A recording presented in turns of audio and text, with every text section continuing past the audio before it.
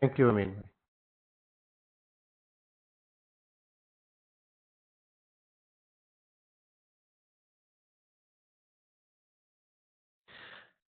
So on the screen right now, we are in Shakil's screen, and what we can see a subscription here. We can see his name. So in order to see that if it is the right subscription, it is the right subscription, I can just click here on the top right side, and here we can see the name, and also we can see the email. And if I go to my account info, so here we can see other information, okay, and services and subscription.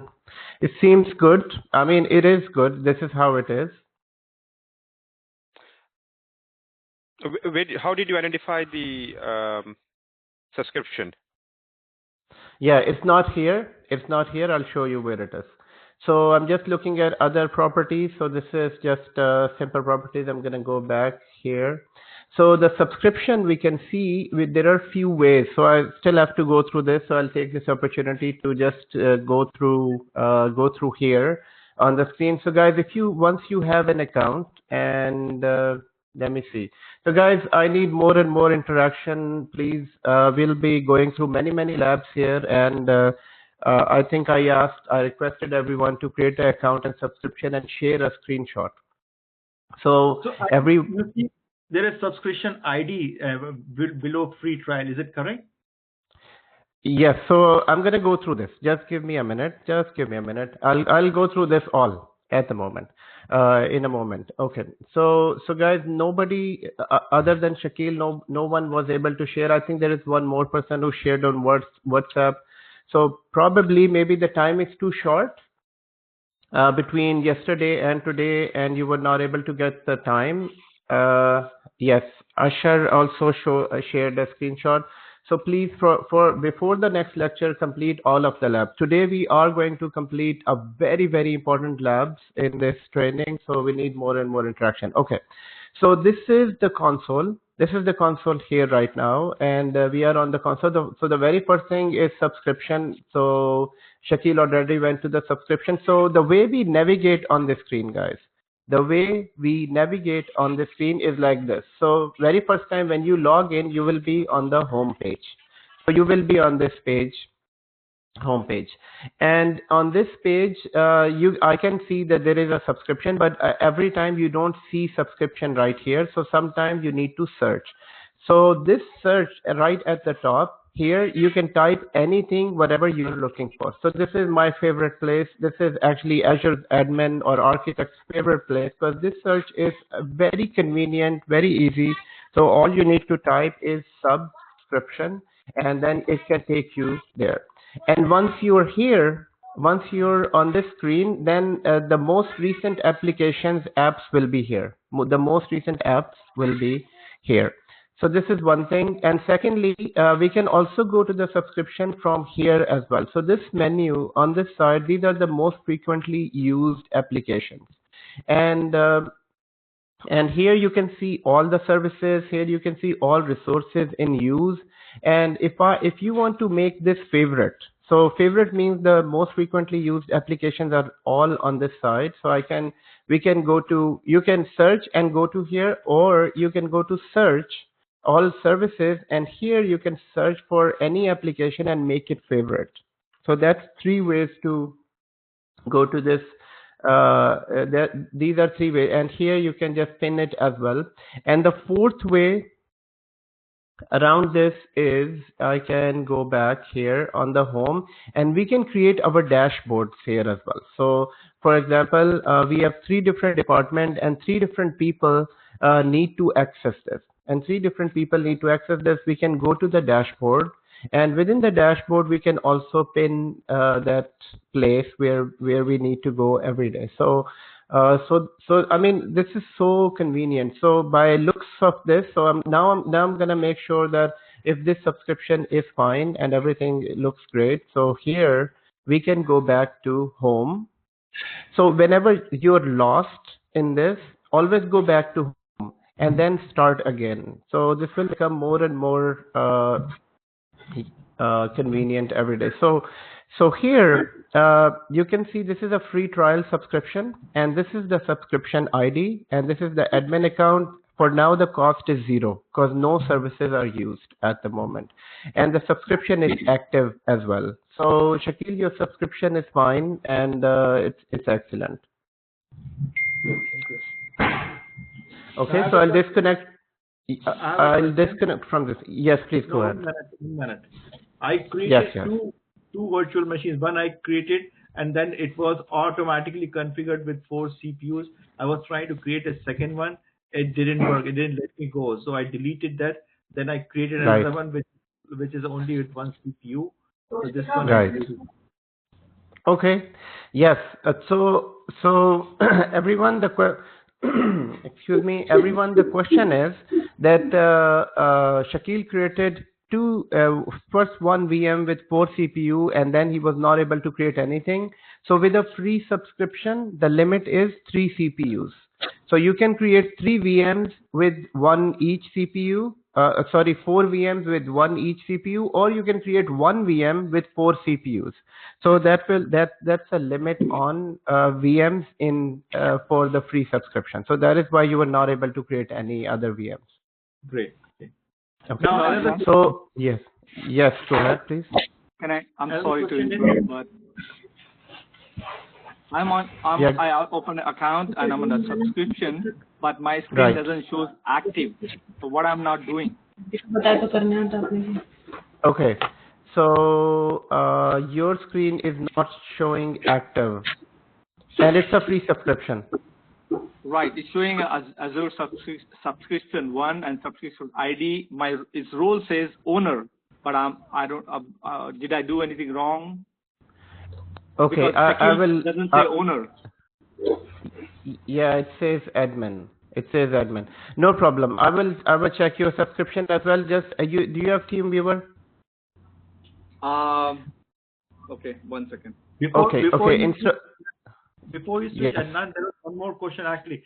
I was trying to look for SQL, which is an Azure version, and then when I tried to do that, it says, your email ID has already been used for free subscription. So probably it didn't allow to put that SQL version of Azure. Right. Guys, if you actually I didn't get the question, just a second. Guys, put your mics on mute, everyone. I would request put your mic on mute. If you don't have a question, you can always ask a question by unmuting your mic. Thank you. Okay. So Shaki, can you repeat your question again?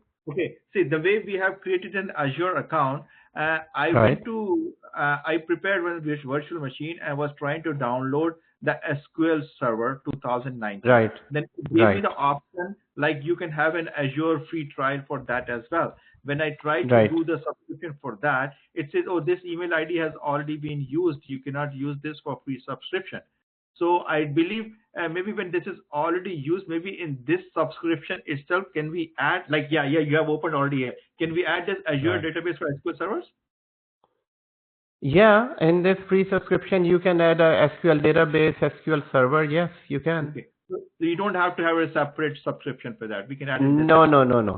In free subscription for 30 days with 120, was it 120 credit or 200 credit? 260 thing. Well, I think it's showing 200 now. Okay, 200 credit. Yes, you should be able to do everything. And there is a full chapter on this. So we'll have to go, we'll go through this with SQL databases, everything. We'll cover everything. Okay, very good. So I'm gonna close this. So guys, the first 15 minutes we review everything, and if you have any issues, we connect to your lab and then try to fix the confusions and errors as well.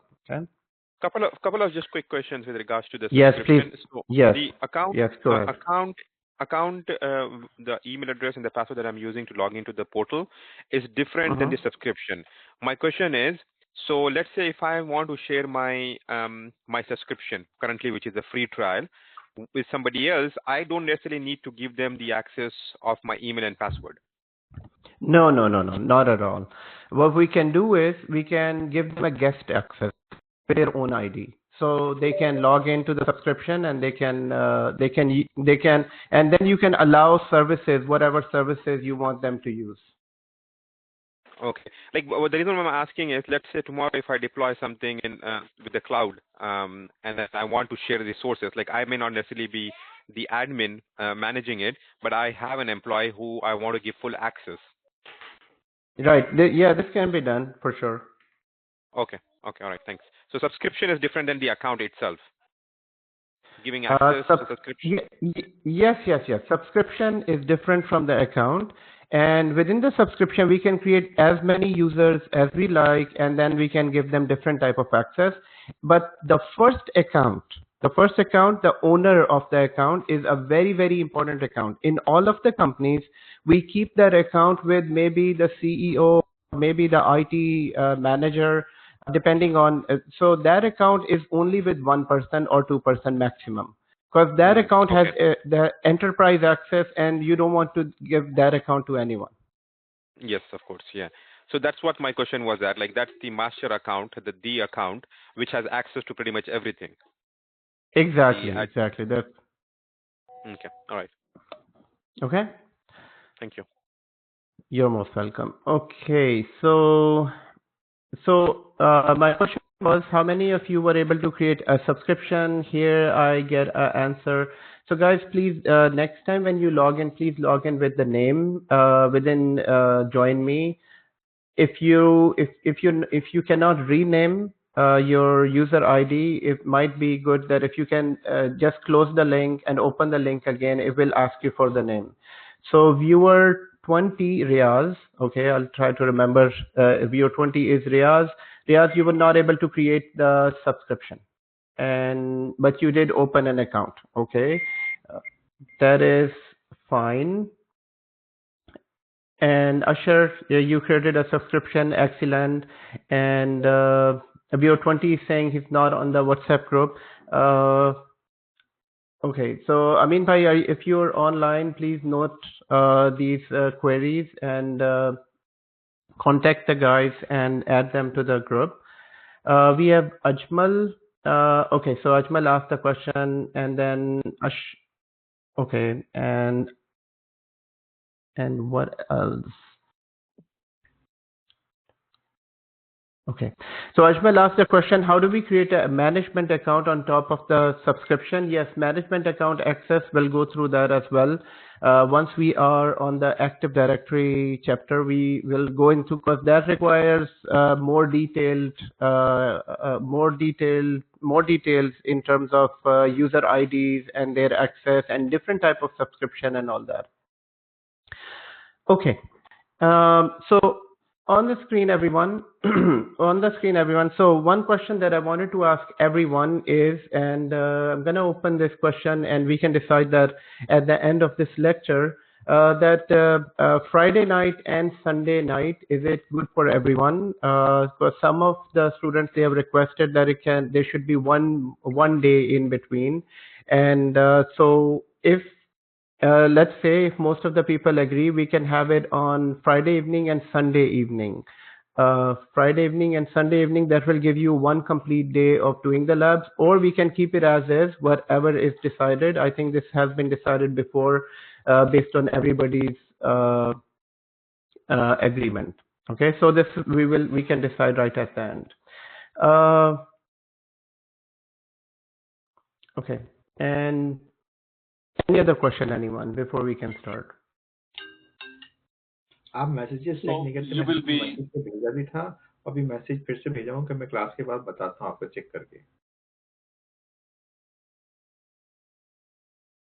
Okay, yes, please go ahead. ठीक है, मैं class के बाद check करके बताता हूं. Shakil, your mic is on. Sorry, I mean my call actually. Sorry. Okay, it's okay. Okay, everyone, let's begin. So from yesterday, let's quickly go through this, and I will come back to this subscription. Before that, we need to quickly review what we have covered. This is day 2 of this exciting training. I'm saying that it's exciting because guys, this is really easy. Cloud management is easy, but the thing is there are two important things within the cloud that we need to understand, and in all of the technologies that we need to understand the concepts. Number one, the concepts are very, very important. You understand the concept and then spend your time with the labs. Okay.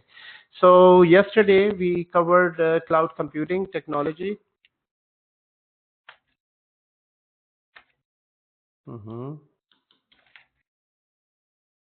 Just a second. And please put your mic on mute if you don't have a question.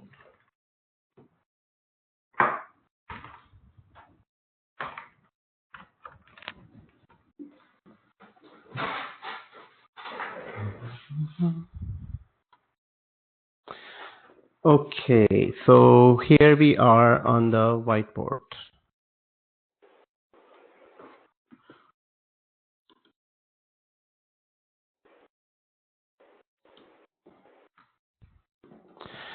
So actually, you know, I will create a document here, and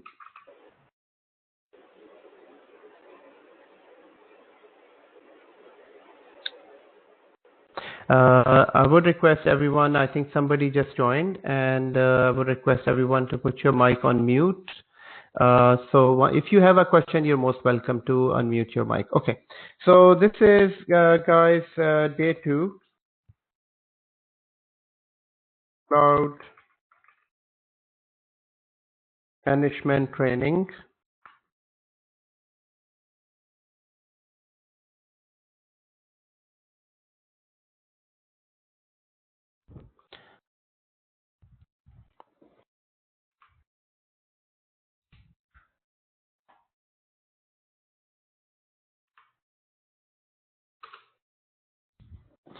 So what we have covered so far. So we have covered understanding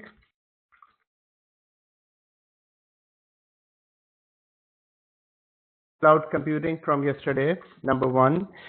Within cloud computing, we understood there are 3 cloud models, and one is public cloud, second private cloud, and third hybrid cloud. And likewise, we also learned cloud offerings.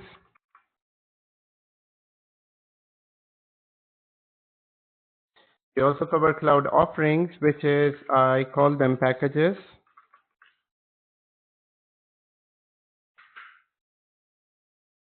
And those are IaaS,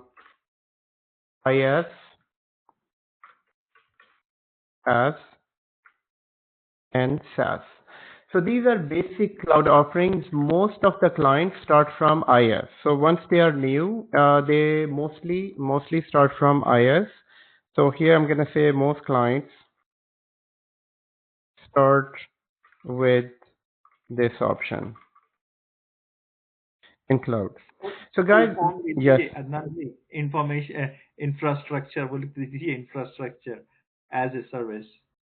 Okay, so that's fine. So I mean, I am expecting that you guys have reviewed the notes, and you should have. I mean, this should be like on your fingertips, but I'll write that here for sure. No worries, no worries. Okay, thank you. Okay, so infrastructure as a service. Infrastructure as a service, number 1. Number 2 is platform as a service.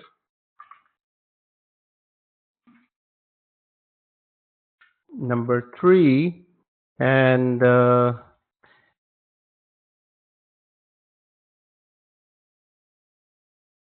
number 3, software as a service. So about this as a service, guys, these are all different type of cloud offerings, okay? But as a service is not limited to just these three. The as a service is now expanded. There are many things that are that are available in cloud which are sold as a service. So, for example, here I'm just using them as an example. So, for example, there is BaaS, which is backup as a service. Then there is storage, which is storage as a service, which is storage as a service, and that is referred to as SST. And then there are many other things. So this is just for information that there are other things as well. But everything starts from these three options, which is infrastructure as a service, platform as a service, and software as a service.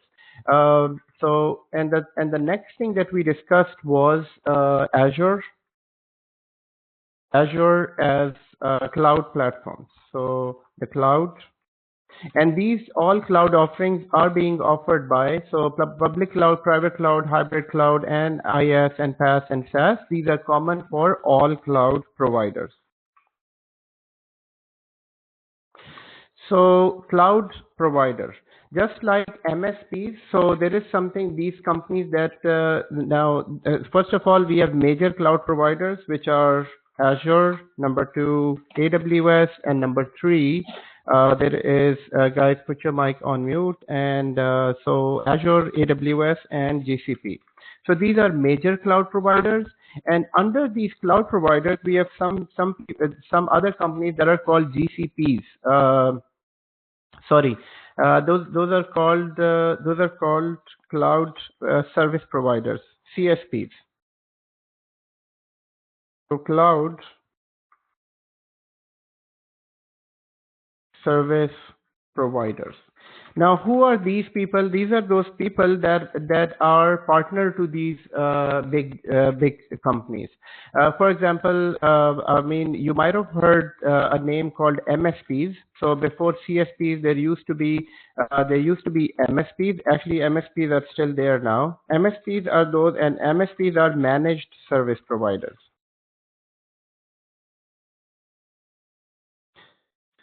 So MSPs are managed. MSPs are managed service providers, and CSPs are cloud service providers. CSPs are those people that are in contract with Microsoft Azure, AWS, GCP, and those companies that hire us, that hire Azure admins, that hire there are partner organizations to these big companies. So we are more interested. So after this training, we are more interested in getting a job with these guys as CSPs, cloud service providers. So cloud service providers are those companies. So I would say these are partner companies, partner organizations. And you will find the CSPs throughout the world. There are many CSPs, and just like managed service providers. Okay. So after that, we discussed. So this is from yesterday, everyone. We covered understanding cloud computing, cloud models, public cloud, private cloud, hybrid cloud, then cloud offerings, packages, IaaS, PaaS, and SaaS. And then there are a few others, which are backup as a service, storage as a service. Then there is cloud providers are these major cloud providers. I would say these are major cloud providers, Azure, AWS, GCP, and then there are these partner companies that work with these cloud providers, where we are more interested in getting, actually we are more interested in getting a job in these three, but it's, this is their criteria of selecting employees, selecting people is a very, what do you call? It's not hard, but their criteria is strict. Going with these companies, but we are happy with CSPs as well. So, I mean, I'm using these terminologies so that you can remember, and whenever in interviews or in discussion, you should know that the terminologies is there, CSPs and MSPs. Okay, so the next one we discussed with Microsoft Azure infrastructure. Microsoft Azure infrastructure starts with regions, and under the regions there are availability zones, availability zone, and under availability zones, we have, what is it? Clusters? We have clusters. Under clusters, we have servers. So I'm going to go with Fabric. Guys, this is from yesterday. So if you remember anything out of, out of your memory, you can keep typing in the chat window as well. I mean, this is your own review as well. So if you remember, you're most welcome to use the chat window. Keep writing it. You can ask questions in the chat window, or it's like you're just being part of this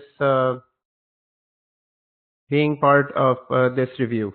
So yes, it's before cluster, there's a data center. Right. Very good.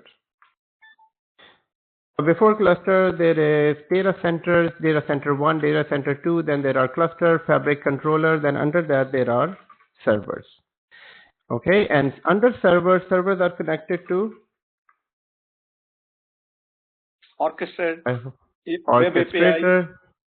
and then there is yes, then there is web API, and then there is portal. Very good. So, and we discussed this, and after that we discussed what else did we discuss yesterday? So we discussed also yes, we discussed that as soon as you log into the portal, so after logging in, so account creation in Azure. We discussed account creation in Azure, and you create subscription.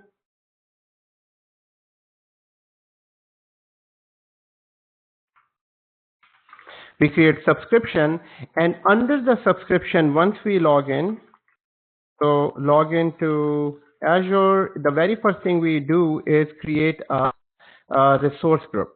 So under that, there is resource group, and then there are resources. So guys, this is what we have discussed yesterday, and today is a new day, and we are starting again. So we're moving forward, and so this is a review from yesterday. Now today's topic is very, very important. So today's topic is all about virtual machines. So this is day 2 of this training, guys. I would request, excellent, everyone has put their mic on mute if you can. So whenever you are disconnected, you can reconnect, and please put your mic on mute. Sorry, you put your mic on mute, and then you can always ask a question within the chat window, and you can ask a question. You can ask a question in the chat window, or you can unmute you and ask a question as well. Okay, and Usher asked a question: Are Fabric controller physical or software objects? Fabric controllers are physical. So the Fabric controllers that we discussed that are sitting right at the top of the servers, those are physical controllers, and those are hardware. So and in the networking, you will be introduced more to the Fabric controller. Okay, and then Syed asked the question: what about the Azure geographies? So geography is actually not an entity that you see anywhere. Geography is just like continents. So it's just like a continent. Everything it revolves around regions. So the very first entity is region, and then the second, so it starts from a region, and geography is just for own understanding. Microsoft or cloud providers' own understanding with geography. Are you in North America? Are you in Australia, or are you in Europe, and all that? But geography, it doesn't come in selection. So when we create a VM, the very first thing it will ask that in which region you are. So that is why it's not mentioned here. Okay, so we discussed subscription and resources. Today we will be covering a very important topic, and that is compute and VMs. I hope that everyone is taking notes as well. And so at the end of this lecture, you need to share notes with me. This is the second day, and from this day, all the class rules are applying. Please be more and more interactive. Because at the end of the training, guys, this will all be like a huge big information if we don't take it seriously. I mean, a lot of information, but so the idea is that if we in order to understand these three technologies, guys, in order to understand these three technologies, the best and easiest way is spend these 4 hours with me. So let's say 4 hours or 3.5 hours, we will see that where we get exhausted. As an instructor, as a teacher, as a trainer, I know I can understand that where we are getting overflow of information, or you can let me know that this is good for one day. But I want you to take notes. So in order to get the best out of this lecture, take notes. Number one. Number two, keep your eyes on the job market. That after completing this training, you will be going into the cloud market. For that reason, it makes it more realistic in order to stay attentive in this training. So I know that we're sitting at home and there are a lot of things here. Okay, so for my last request, I get a very few responses in the WhatsApp chat group. I understand most of you are not in that group. I would ask Amin Bhai to add you all in the chat group. And then the WhatsApp group, and I need the screenshots, I need the notes as well. Okay. So guys, here subscriptions are being organized. This is from yesterday. Subscriptions are being organized into the management group. So there is a root management group. Then we can create more management group based on, this is just an example. We can create, under a management group, we can directly create a subscription. And under a subscription, we can create our network. But this is for large organizations and the flexibility for all these organizations where they can, basically they can have more management groups, and under management group, they can create their own structure. Now, so Microsoft has provided this flexibility that where you can create a structure like this. But guys, always remember, in IT, while architecting, designing, or managing, even from a small company to a large company, we follow the concept of KISS, which is keep it simple and stupid. So we need to keep it simple and so the word is stupid. Keep it simple, very, very simple. The reason behind this is the more entities you create, the more administration you would need to do. And more administration means that you would need to hire more people to manage the infrastructure, and one day it will be out of control. So even the large companies, so I'll give you an example of my last contract in Middle East, the same example that I quoted yesterday, and it's a big company with with 5 universities under this one company, and with one management account. So one management account, and then all other are one management account, and all other are subscriptions. So University 1, University 2, University 3, University 4, and University 5. So, I mean, the more it is manageable when it's simple. But in this case, if let's say people start making management groups as departments as well, and then under that another subscription, then it is more and more administration. So once you reach to that level of architecting, then you will understand. And even Microsoft would say, we need to consolidate all this, and that requires more time and more efforts as well. So I will share with you a real design document as well later on, once at the end of the training. Guys, I would like to share everything that I have from my experience, but the special goodies will be for those who are completing all of the labs, who are dedicating their time here with complete. I mean, obviously I cannot be very, very strict. We are all professionals here. And if you are in this training and I'm dedicating my time, you're dedicating your time, I'm just keep on saying that I'm really, really sorry, but I didn't get a response from yesterday, and I want to get a good response in the next lecture. Okay, so viewer 20, Riaz is asking a question. What is a full for EA? It is enterprise agreement. So it is enterprise agreement is EA subscription. This is enterprise agreement. You can name it anything. So they basically, enterprise agreement comes from the enterprise agreement of Microsoft. So EA stands for this. So here, and so another way, keep it in our photo memory, or maybe in a document, the document that I'm creating, and I will share this notes document here as well with all of you. And you should be creating your own document as well. If you're creating it, or if you're making notes on the book, it's fine. So management group, subscription, resource group, and resources. Okay, so now we are on this slide, and this is the most important slide, and the most, if you're able to understand this, if you are able to understand this complete structure, I mean, there are many different structures available on Google, but I found this the easiest way to explain and remember, not only to explain and remember remember the compute resource. Okay, in order to be an expert in the cloud. Okay, just a second here. And okay, in order to be an expert, so today we are starting with today's lecture. So review is done, and day 2 starts. So day 2. In the day 2, very first thing, so I'm gonna say how to become an expert in cloud management. How to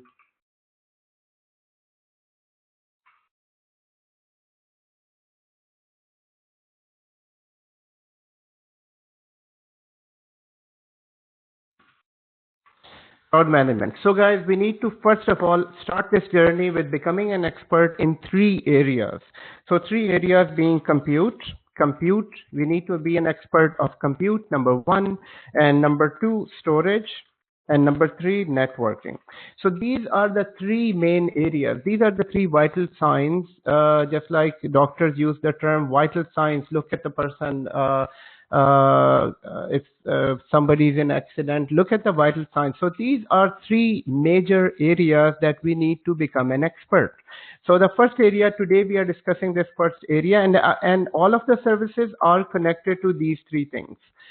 So number 1, compute, storage, and networking. And is this a new information for us? Guys, it's not a new information for us, because these are the 3 main areas by which we buy all our laptops, by which we buy our smartphone. These are the 3 main areas by which we buy our tablets as well. So you go to a computer store and you're looking for a notebook or a laptop. These are the 3 things that everybody will ask you. Okay, how much CPU? What should be a speed of your laptop? So CPU, number 1. Number 2, memory, and number 3 is network. And number 3 is actually it's memory and the disk. So memory and the disk, I mean, I'm just taking an example of laptop. So, I mean, we are already in sync with these 3 important technologies. So compute is also always refers to as CPU plus memory. So CPU plus memory of the computer, and then storage always refers to a disk, and networking also always refers to what type of network is connected with this network. Is it a public network, or is it a private network? So it is I would say local or external network. So there is a full chapter on each one of them. Today we are at the compute resource, and where we are on building blocks. Building blocks of compute resource. Okay. So now that we are on the building blocks of compute resource, and let's look at this here. So guys, so I'm gonna number them as well as we understand, and it's really easy to understand. Okay, so first of all, this is compute building block, the very first what do you call, fundamental component, or you can call it, you can remember it however you like, but this is a very important component that what we are about to discuss. So everything starts with a VM. So here we need to understand what is a VM. A VM is a server in which applications will be hosted.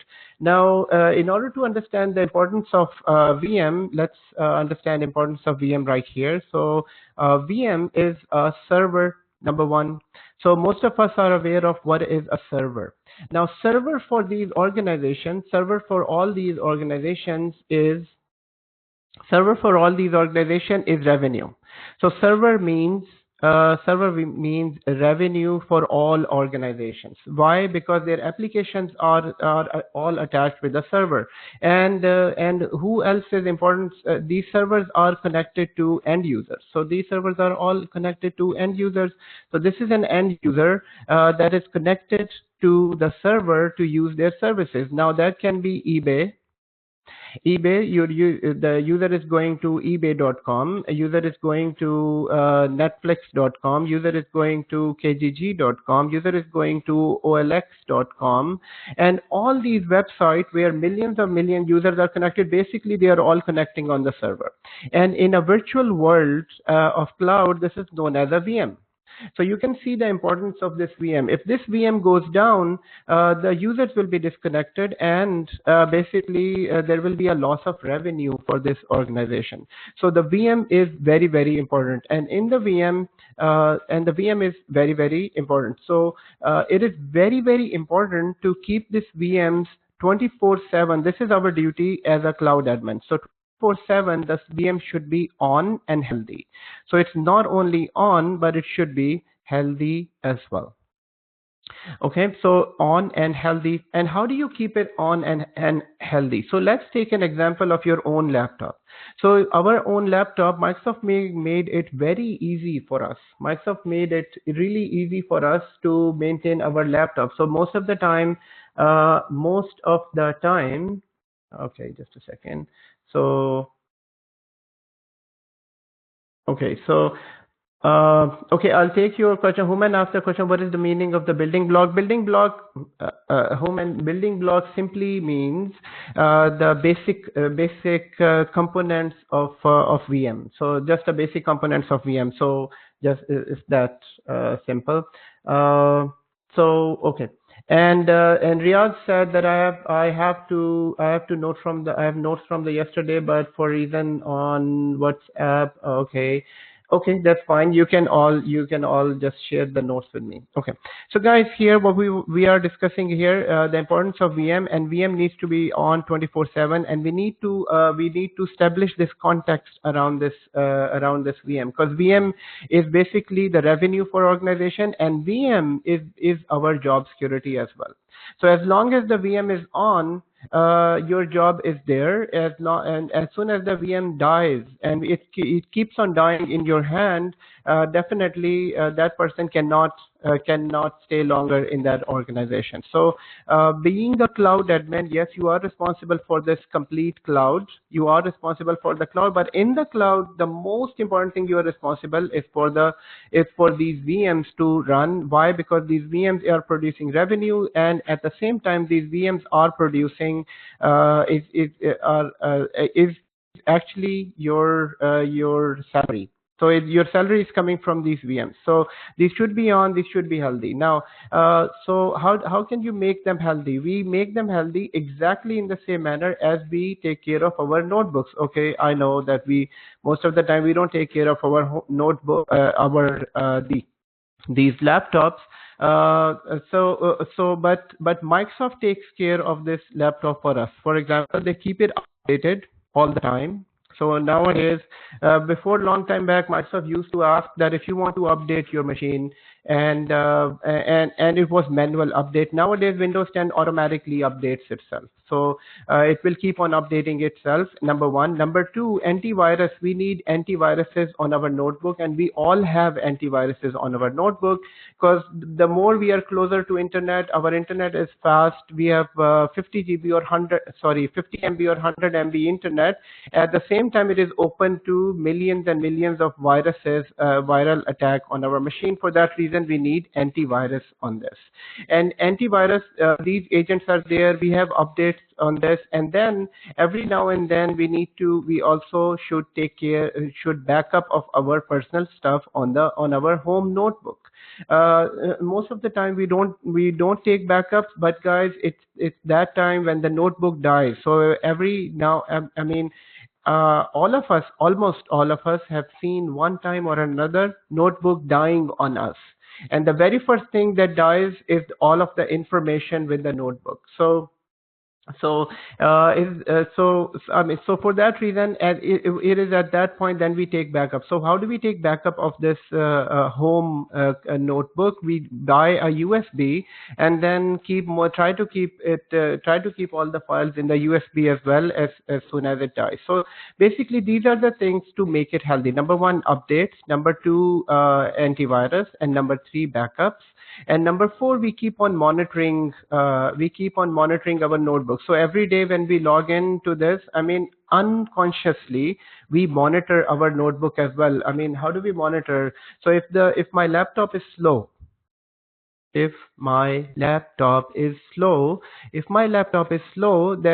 definitely you will go into the notebook and see that what is making it slow. Is it the disk that is near capacity? So if your disk is near capacity, your disk is 500 and it is, let's say it is like my disk. So let me show it to you here. So this is my disk here, and if I go onto this, so you see that this is known as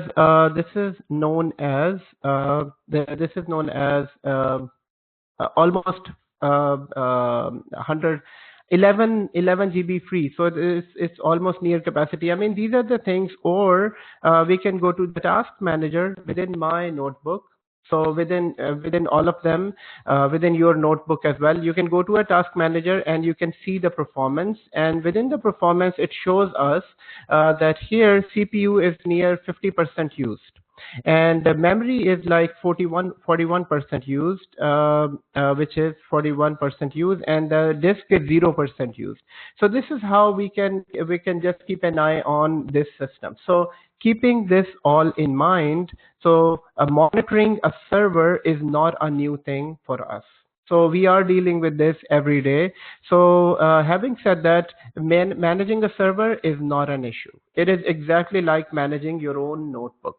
So we are all almost experienced system admin. I mean, this is the main job of a system admin as well. So going back to our diagram, so in the diagram, the very first thing that we need to understand that in compute, under compute service, so under compute service, everyone, under compute service, there are three things. So compute service, there are three different offerings in the compute service. Number one is infrastructure as a service. So this complete server refers to infrastructure as a service cloud offerings. So in this, we have infrastructure as a service. Then this circle or this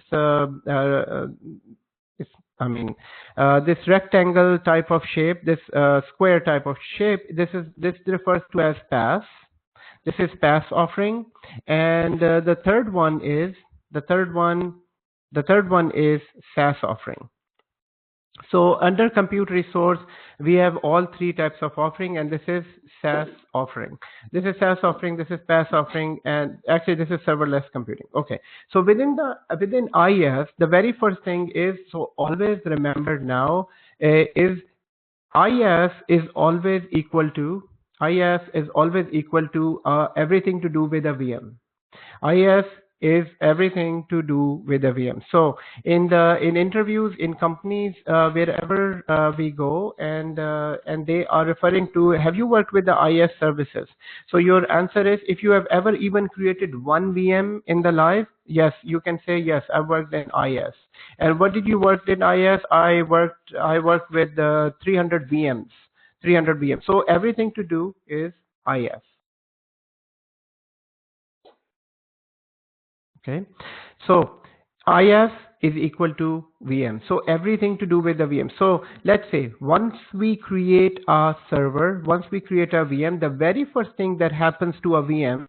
Now, guys, I need your attention. Attention all participants.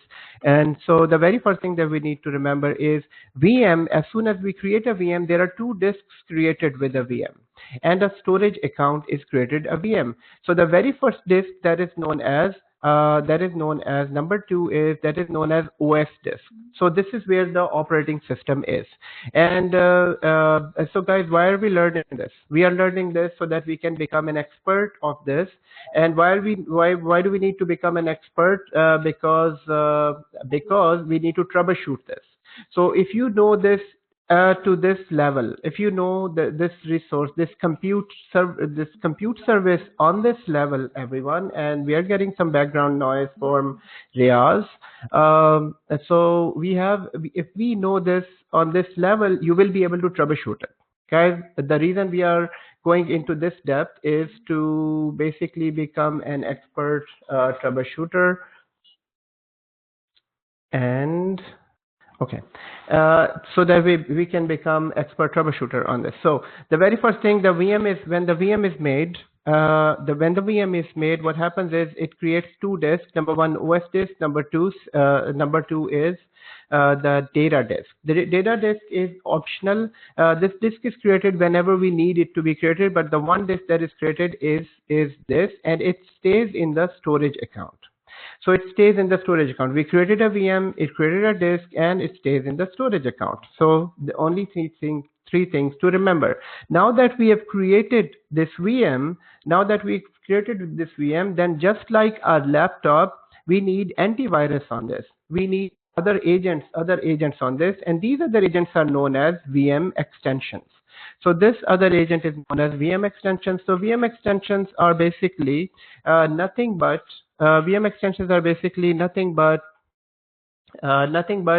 agents, different agents that we get. And these different agents, for example, some of the agents are free and some of the agents are paid. For example, here this diagnostic agent is free. So these are the agents that go onto the VM. So the very first thing that we need to remember, when you create a VM, OS disk is created and it stays in the storage account. Now, what is the storage account? There is a full chapter. We will go into more detail. For now, just take a snapshot in the photo memory. Okay, so this is how it is. And then second thing is, then we need extensions. Extensions are different agents that go onto that VM to protect our VM, or maybe to have different services on that VM, and extensions are those agents. And so one of the example is antivirus. If we need an antivirus while creating a VM, we can select from the extension. So extension are all those extra features that we need to go, and some of them are free, some of them are paid. For example, diagnostic is free. This one is free. And then there are some paid. And the fifth thing that we need to remember, that as soon as you have a VM, you need monitoring on the VM. And for monitoring, Azure provides a service called Monitor. So this is a service called Monitor that is provided, that will automatically give you basic monitoring. So this Monitor service gives you basic monitor for free. This is for free, meaning that whatever the price of the VM, it won't charge anything extra for the basic free monitoring. But if you need detailed monitoring, then we can use log analytics or alerts. We can set up alerts and log analytics. This goes into advanced monitoring. So there are two components to remember here. Number one, monitor, which is the basic monitoring, which is exactly this, what I just showed you here. We get task manager with all the computers, and this is free. This is basic monitoring on our notebook, on our laptop, on our normal day-to-day computer, where you can see the CPU, memory, and this is just basic monitoring going on. And this type of monitoring is free with the Monitor, Azure Monitor, and log analytics can be used, which is advanced monitoring. This comes with a price, but it will give you detailed monitoring, and it will be a detailed monitoring. Ajmal is asking a question: do we need antivirus on cloud VM? What my understanding is that the cloud is secure. Yes, we absolutely need antivirus on a cloud VM. Yes, cloud is secure, but remember that VM is our responsibility. So cloud itself is Microsoft's responsibility. Cloud is Microsoft's responsibility, but the VM is your responsibility. And on your VM, you might have a website that is open to internet. Your VM has, maybe it's a file server that has shares that is provided to your employees that is open to internet. So there can be anything on these VMs that is the company's responsibility for that. we need internet, because every now and then this VM will connect to internet and to maybe remote users, remote end users, and all that. For that reason, yes, antivirus is very, very important on these servers too. So guys, VM is created, OS disk is created, then we can have extensions on that VM like antivirus and all other agents. And then we have monitoring on number one. We have, for monitoring, we have a product service called Monitor, and Log Analytics is advanced monitoring. The sixth thing is that when you have a VM, then you need to take backups as well. For backing up, Microsoft automatically provides a service called Azure Backup. So this is called Azure Backup, which is this service, Azure Backup. It will back up and it will keep it in the recovery vault. It will keep it in the recovery vault. So whenever a VM is back up, it keeps it in a recovery vault, because you need somewhere to store the backup. This is exactly like when you have a notebook. We bought this. Then we bought this USB drive. So we bought the USB drive to take a backup of our notebook exactly in the same manner. Microsoft has something called Azure Backup Service, and that takes the backup in the recovery services vault, recovery vault. So this is also available, but this is not free. If you take backup, this depends on that how much storage you use. So backup service is free for interview purposes, everyone. So in an interview, they would ask you, so if I enable a backup on a VM, would that charge me anything? So it's a trick question. The answer to this question is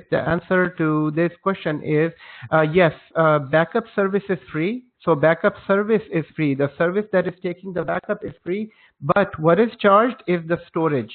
The storage is charged, just like we bought the USB drive. USB drive, you bought it from the computer store for your laptop. That was charged, but now you're taking the backup. It's free.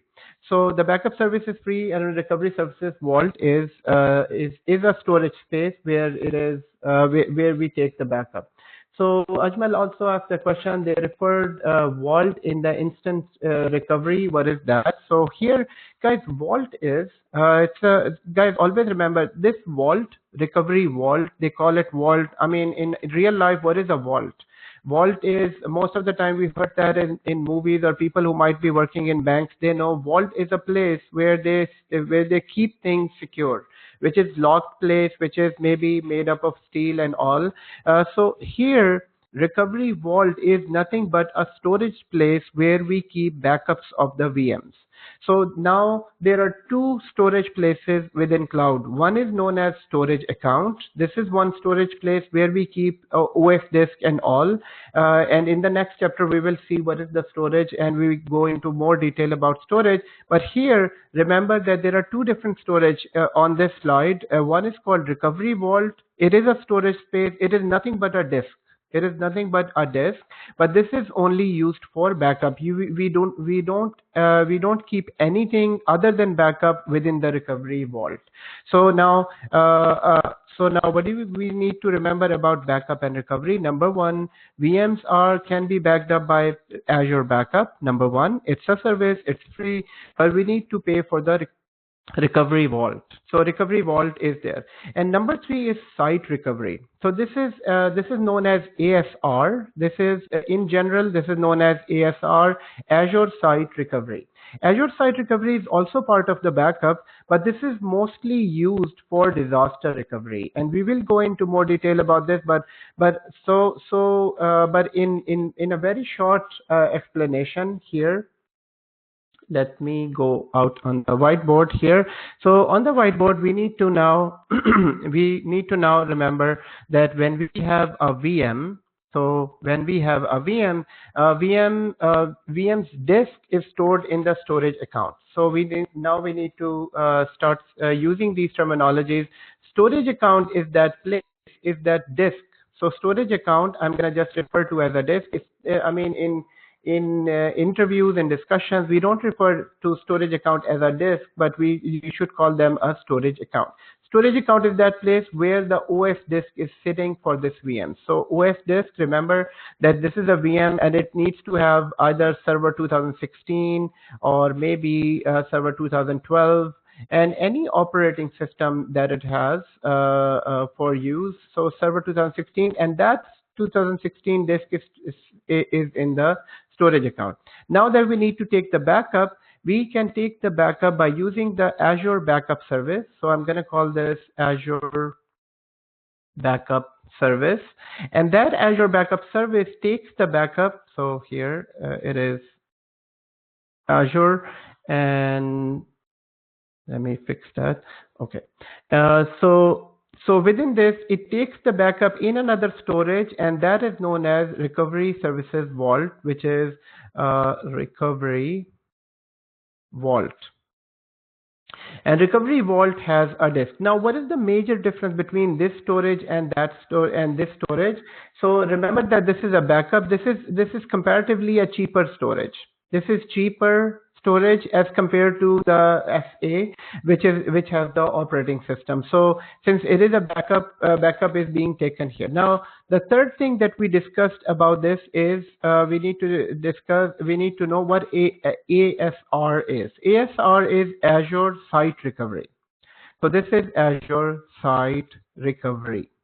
So Azure Site Recovery is so this is used for DR. DR means disaster recovery, and this is the place where we can take a full image of this VM.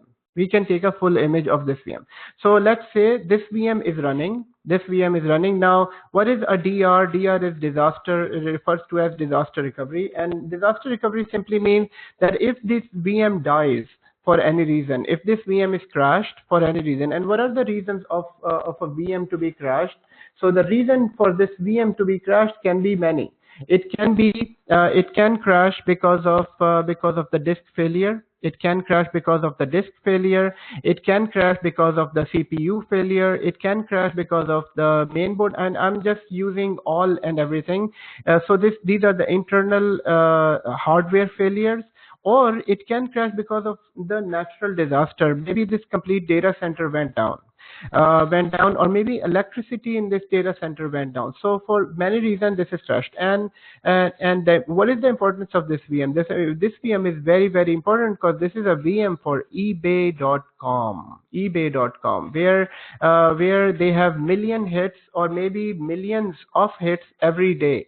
So this VM, as soon as this VM is down, yes, I understand. You might be thinking that for eBay.com there cannot be just one VM. There are hundreds of VMs there. But I'm just taking an example here. If this, let's say, this complete stack is down, complete cluster is down, and for that reason there are hundreds of users that were either making transactions, buying stuff from eBay.com, or maybe they are selecting their items and buying stuff and all that. But as soon as the VM's down, these users are disconnected.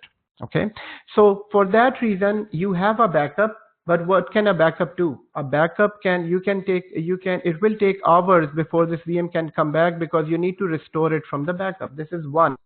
But number two is, if the companies are more interested and this VM is very, very important, then they will keep a live image of this backup in ASR. So ASR is that place where we keep a live image of this complete VM. So this is a live image of this VM. So everything that is happening on this VM, it will keep an image. And so what is the advantage? The advantage is, as soon as this is dead, instead of restoring it from the backup and taking time, you can in minutes you can just create a new VM and then attach this image with this. So you will create a new image and attach this updated image, and in minutes it will be up.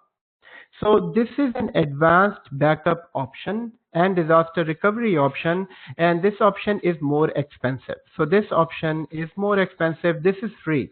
This is free here. The backup service is free, but you will pay for the recovery, but that is fraction of the cost because the backup is, this is a cheaper storage. So this is one thing, but this is called, yes, Ashar is right. This is real time. It's a real time image. And so another question from Ashar is that are backups and recovery images backed up continuously? Yes, these are backed up continuously. So about the backup, how they are backed up, these are backed up continuously, but it depends on our schedule as well. So for example, for some servers, we take full backup every day.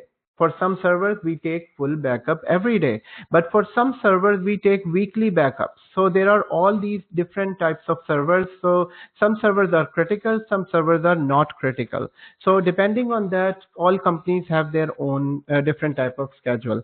For example, this is the most critical server. I would take a full backup, but remember, if you take a full backup every day, this will become more and more expensive. The storage will become more and more expensive.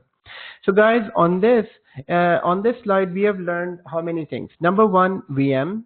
Number two, when the VM is created, a OS disk is created in the storage account. Number two. Number three, we learned that VMs are backed up. VMs are backed up by a service called Azure Backup service. Number three. So in the interview, how do you take a backup of a VM? The VM is backed up by Azure Backup service. And where is the backup? Is it in the storage account? But so they might ask you a trick question. I would ask that trick question. You know, I took a backup and my storage account is full. What should I do? So it's a trick question. And the answer to this is we don't take backups in a storage account. We take backups in recovery vault. We take backups in recovery vault. So number two is this. Number three is so number two is service, and number four is recovery vault, and number five is ASR, which is Azure Site Recovery. And with ASR, always remember that ASR is used for disaster recovery. In ASR, we keep live image of the servers. Now, one more thing, we can take live image not only of the cloud servers, we can also take live image of the live images of the on-premises servers as well. So there is another question. Also, if ASR is real-time backup, what's preventing the same error that created first service to happen in the backup? So if AR is real-time backup, then it's preventing the same error. Yes. Yes, it's a good question. The question is that you're taking a real-time backup of this. So guys, this backup is not real time.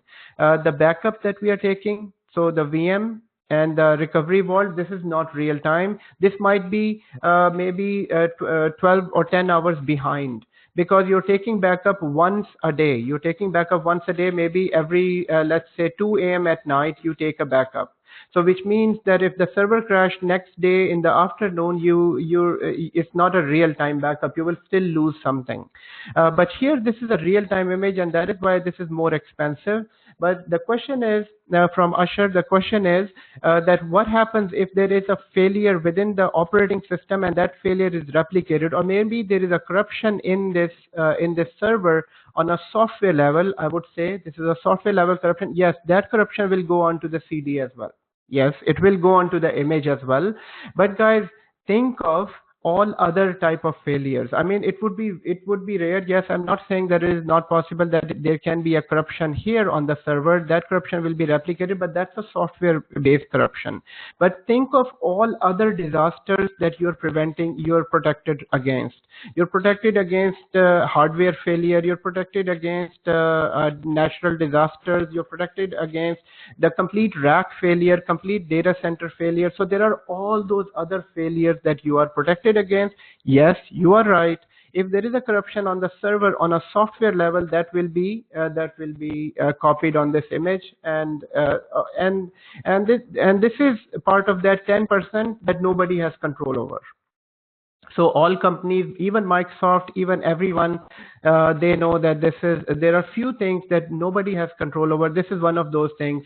And in that case, then you can go back to your backup. So this is why it is known as two-level backup. So if image doesn't work, in some cases, you can go back maybe 5 hours or 6 hours where you can yes. So we were totally saying when you expensive, it is a huge difference. Yes, yes, for sure it is. So so we need to remember that at this point. Okay. So how many things do we learn? Backup, storage account, Azure Backup Service, Backup Vault, ASR. So I want to keep this to this discussion for now. Please remember this. Take a screenshot and also keep it in the photo memory. So we're back on the building blocks. So Sayed asked the question: backups are done automatically? Yes, backups are done automatically, and backups are scheduled, so they are automatically running in the background. Okay, so guys, here on this screen, we started with a few things, and you can see this is interesting and easier to remember. So I want you to, everyone, I want you to take 1 minute. 1 minute would be enough to review all this in your notes. Maybe write quickly. So 1 minute. So this is okay. 1 minute is not enough. This is so I have 44 minutes on 44. Take 2 minutes to review 1 to 6 points. Just say that in your mind. Just say that in your notes. Guys, if you're in front of a TV, maybe for the sake of your future, or if you're in front of any distraction, you will remember this from this lecture. You don't have to go back to books, and this will be easier. So 2 minutes starts now. You need to review 1 to 6. You need to say that in your brain. You need to write it in your copy, so that I want, because there are other things to discuss as well. And once done, just type done in the chat window.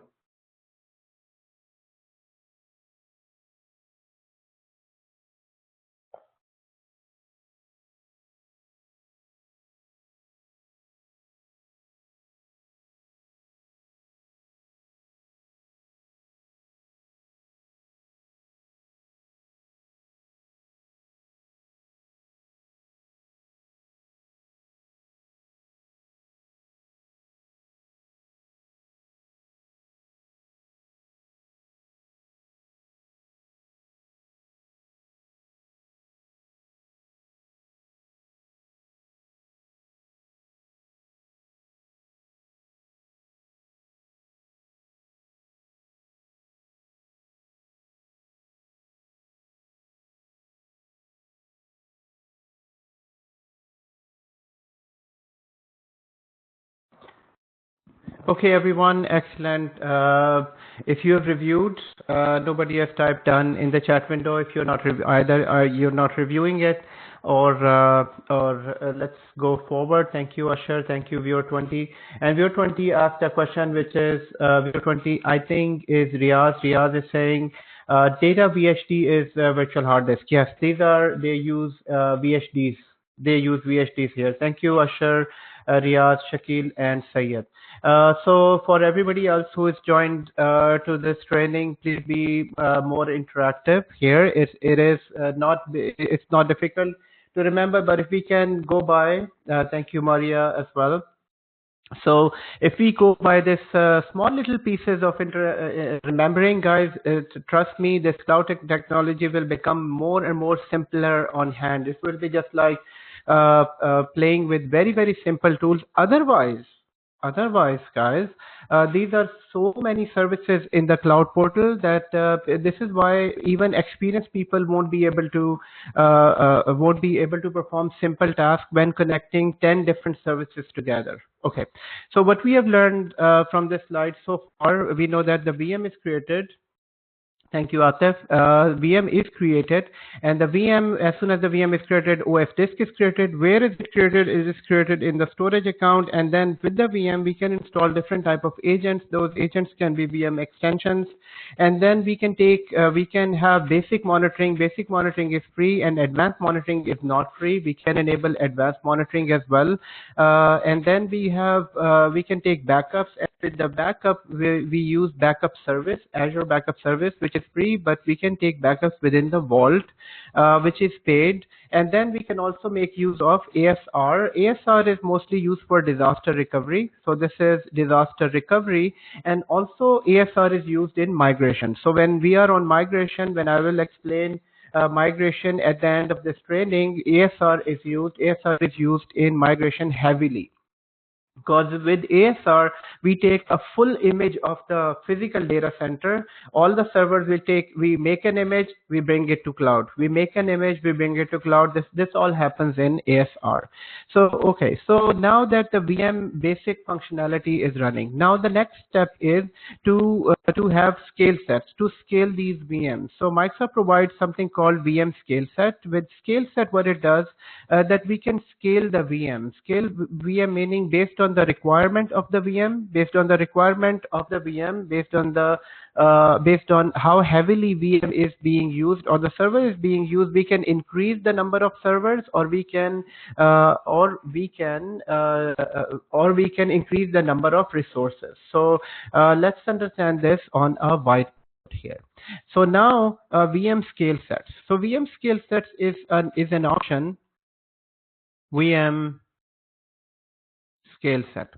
VM scale sets is an option in which we can increase the number of resources on a server, or we can increase the number of VMs. So for example, this VM is very important for let's say CNN.com, and people are on CNN watching news, and there is some breaking news. Because of that breaking news, the number of users on this server got increased.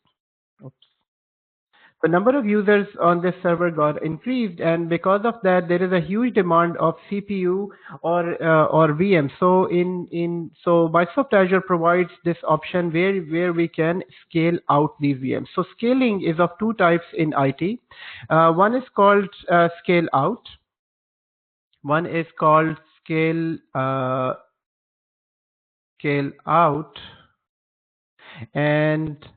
out, and the other one is called scale up. Scale up simply means that we are increasing the number of resources within the same server. So if it has one CPU, you will add two CPUs. So into two. If it has two CPUs, you can have three CPUs.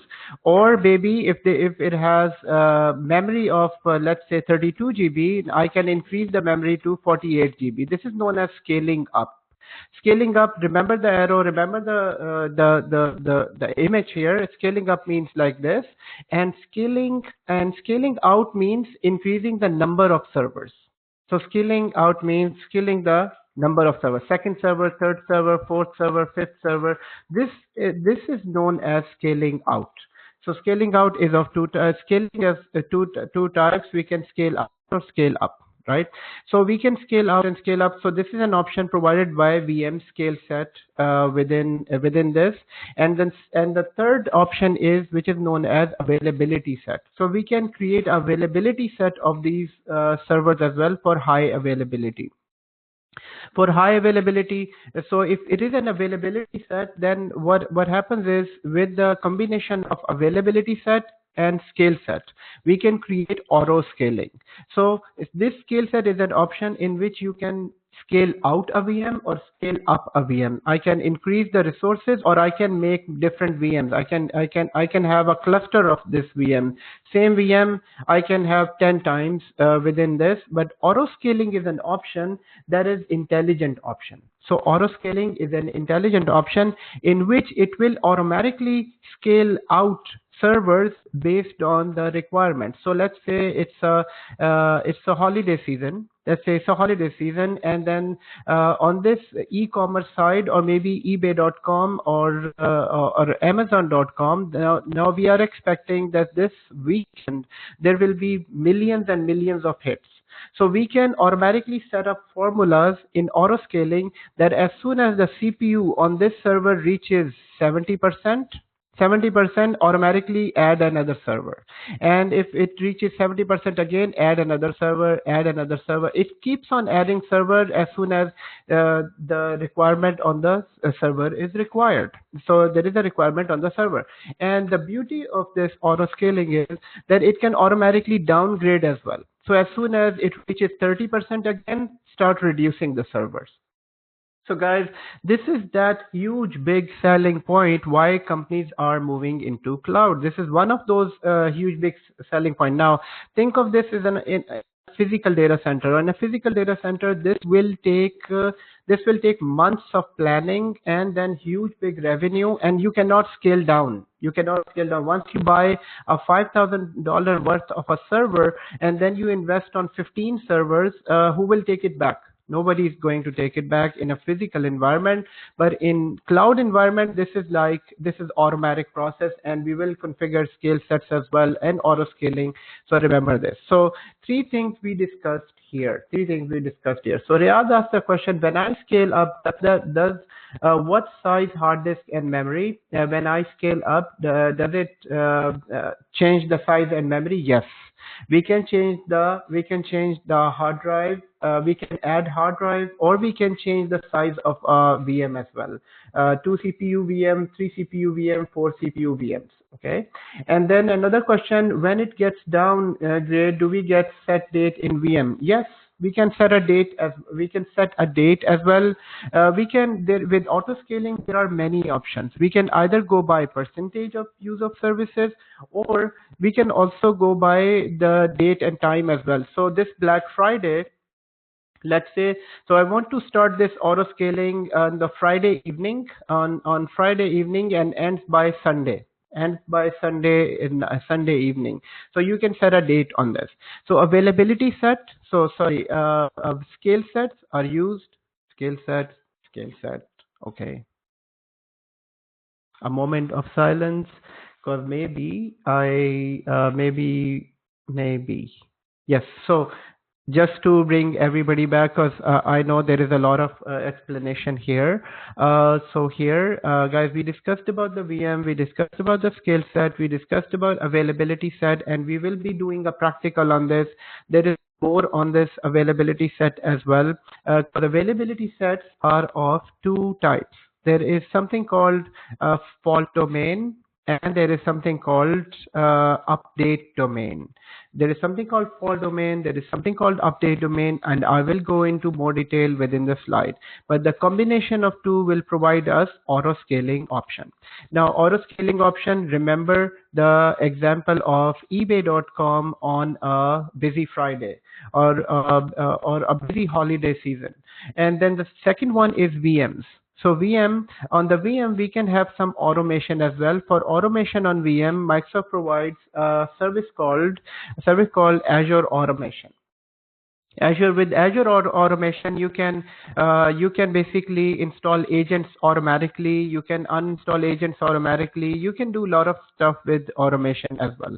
Then within IaaS, the last service that is provided, that is known as container service. A container service is a combination of VMs at the end, but containers are used with applications. So container service is another service that is provided as an IaaS service as well. So I should ask the question: is this related to Power Apps and Power Automation? Power Automate? So no, this is not.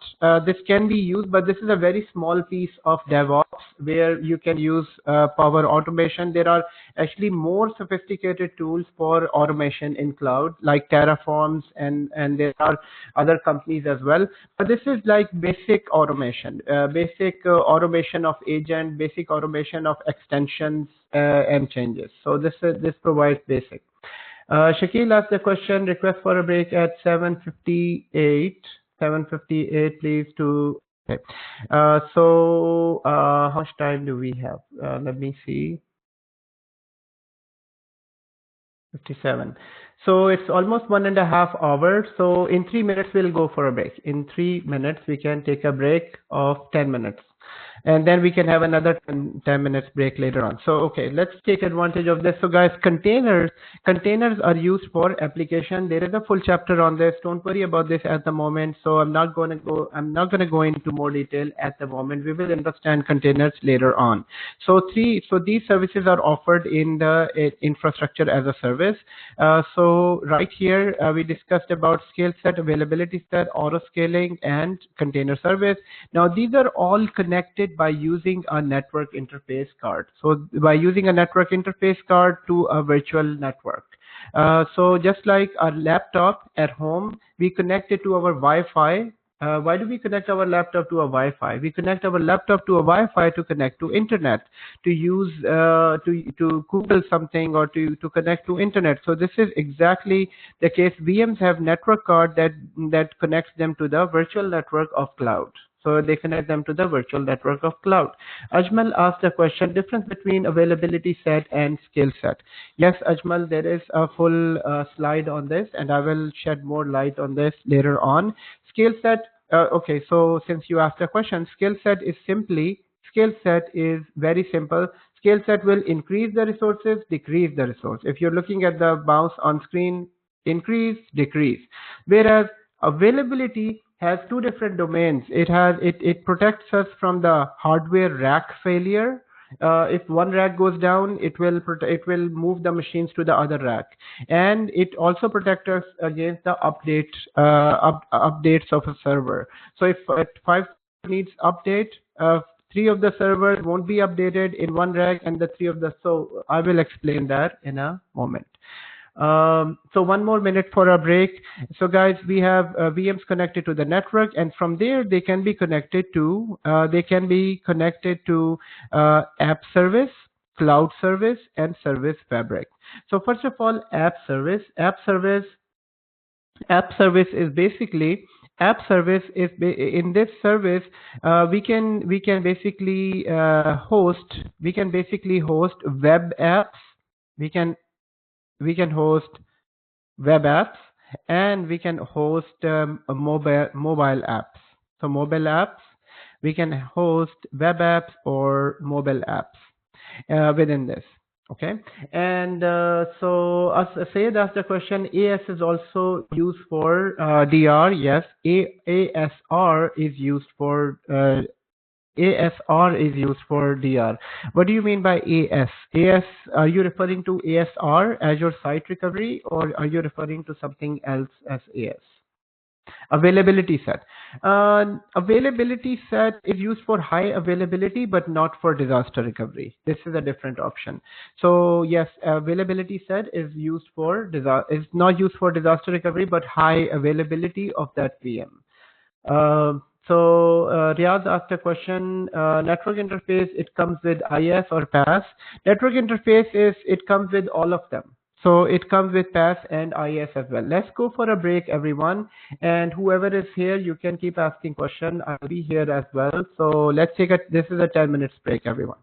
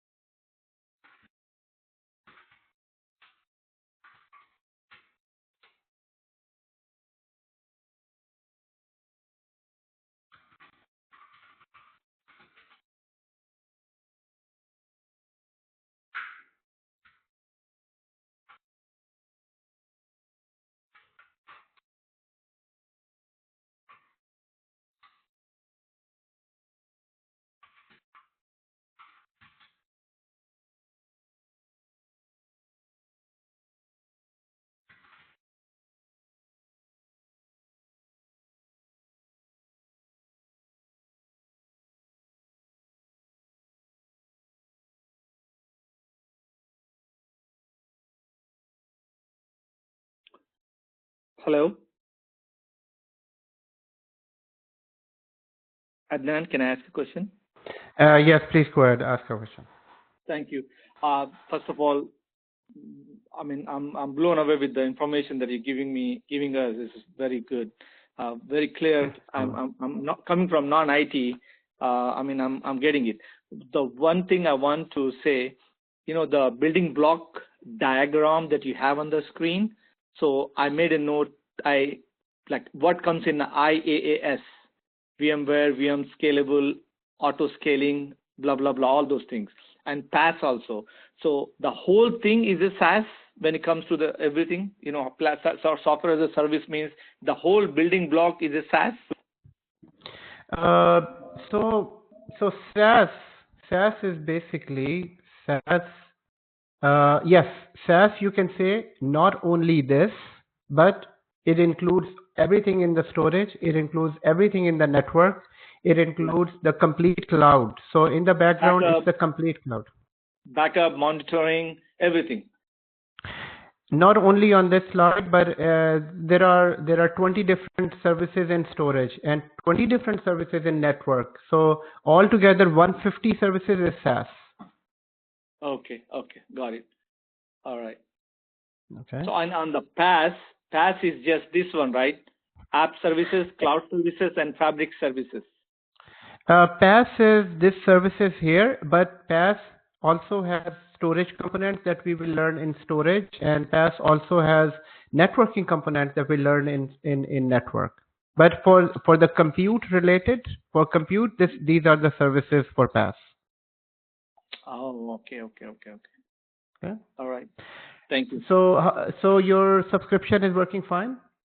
No, actually, no. I was not able to get it done, by the way. I mean, that's a good one. So it's asking me my role, and it says select all or account admin, contributor, owner, raider, billing reader, billing contributor. So I don't know what should I say. So do you have a team viewer with you? I can look at your screen. Sure. I logged in and I downloaded it, but some reason, it's been like 10 years that I use this team viewer. So so 10 years, basically you're experienced team viewer expert. So. Oh, yeah. But since I used it's been 10 years, but I don't know. I downloaded it, but it's not taking me anywhere. So just open TeamViewer. I mean, just go to Start and find TeamViewer and open it. Okay. 1 second, let me. Right. Sorry. Okay, TeamViewer right here. It said partner, your ID. Okay, it was the other screen. So I should send you my ID. You can tell me your ID. Yes. Okay, 350 013 350 013 039. 039.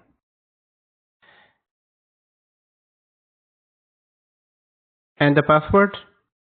51Q S small s small q small s 4B. Okay.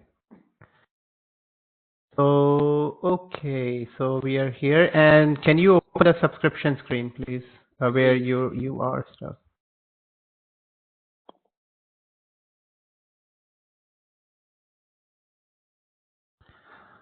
So you're on this one.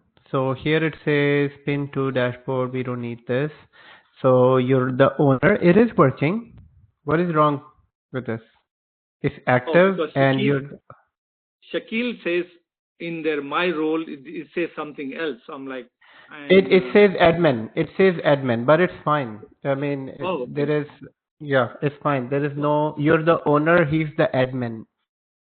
Oh, okay. So you have more privileges. Oh, thank you. So I'm set for this. Thank you. I'm set for this. Yeah. Right? Yes, Oh. for sure. You're set. So when you go to the portal on the practical, when you're going to start doing later on, I don't need to be worried about anything. I'm ready to go. No, for sure. It's working now. Yes. Okay. All right. Very good. Thank you, Adnan. Thank you very much. You're welcome. Bye-bye. You're welcome. 2 more minutes, guys. Break time.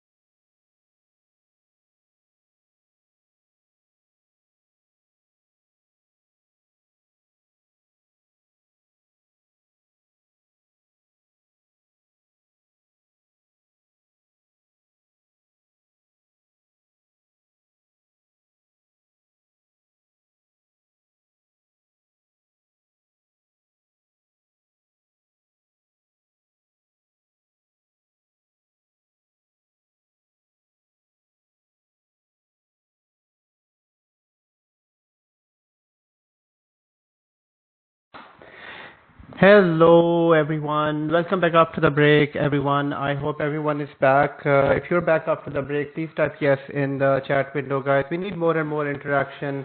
The things we are going through, the things we are learning are interesting, but they are too many. I need your full attention on this. Actually, at the end of this training, I don't want to hear that, I was not able to understand this and that. So for that reason, most respectfully, most humbly, I would request everyone to stay attentive and type yes in the chat window, whoever is present. You know, so if you're here, you can see we will go with this. We'll learn all these technologies, but the concept understanding should be very clear so that once you're in the lab, you will be able to complete all that. And this is exactly in the real environment. So I've got yes from only 3% here. Please type yes in the chat window if you're present. Okay. So just before the break, everyone, we discussed about IS offering, infrastructure as a service offering, which is VMs, and VMs have whenever VM is created, we have a OS disk is created that is stored in the storage account. Then VMs have extensions. You can have different type of agents on this while creating the VM, and then VMs can be monitored by using the basic Azure monitor service. So the interview question about this: how do you monitor a VM? Answer is VM can be monitored by Azure Monitor Service, which is this service, and then we also have something called Log Analytics, which is advanced monitoring. We can take a backup of the VM by using the Azure Backup, and backups are stored in the recovery vault and the site recovery as well. The next thing that we discussed about VMs, we can use scale sets, we can use availability set, combination of both. We can use auto scaling with the VM, and VMs are also, we can use containers. So the two things that we need to learn before moving on. Number one is, what is availability set? What is availability set? Number one, and number two is basically what is containers. We will discuss in another chapter. But what is PaaS offering within for the compute resource? So first of all, let's understand here availability set, guys. So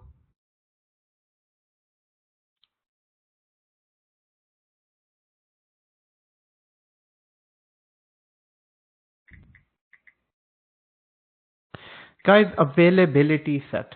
Now, availability sets are provided by Azure. Availability set is provided by Azure, and it is basically for the high availability of. Availability sets are offered by for the high availability of VMs. Of these servers. So remember that availability set basically helps provide high availability for this VM. High availability. What do you mean by high availability of this VM? High availability of this VM is basically for the protection against hardware failure and the updates. So in availability set, there are two things that are. It provides us two options. Number one is known as fault domain option. So it provides a fault domain option, and second is known as update domain. So how many options, guys? Everyone, you can say that in your own words. You can say that it is fault domain and update domain. How many? Fault domain and update domain. Now, what is fault domain? What is fault domain? So, guys, fault domain is protection against the rack hardware failure. Protection against the rack hardware failure. If I can say here, this is protection against the rack. Excuse me. Protection against rack hardware failure. So this is protection against rack hardware failure, and this is the protection against security updates. So security updates. Security updates. Now, how does it protect against these two? So it will protect us against the hardware security failure in this manner. So, for example, so in all of the data centers, the servers are basically within the servers are racked. Servers are hosted in racks. So servers are installed in racks. I'm just looking for a longer picture. So here, this is rack 1.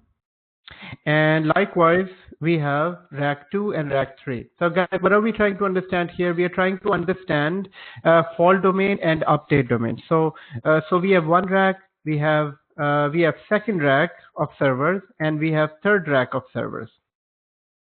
Now, what is a rack? Rack is just that metallic. You can say it's a metallic. It's a metallic thing. It's a thing. No, it's a metallic. It's a metallic. What is the word that I'm trying to look for? So it's this thing. So if I go to data center, I'm just bringing the data center architecture diagram.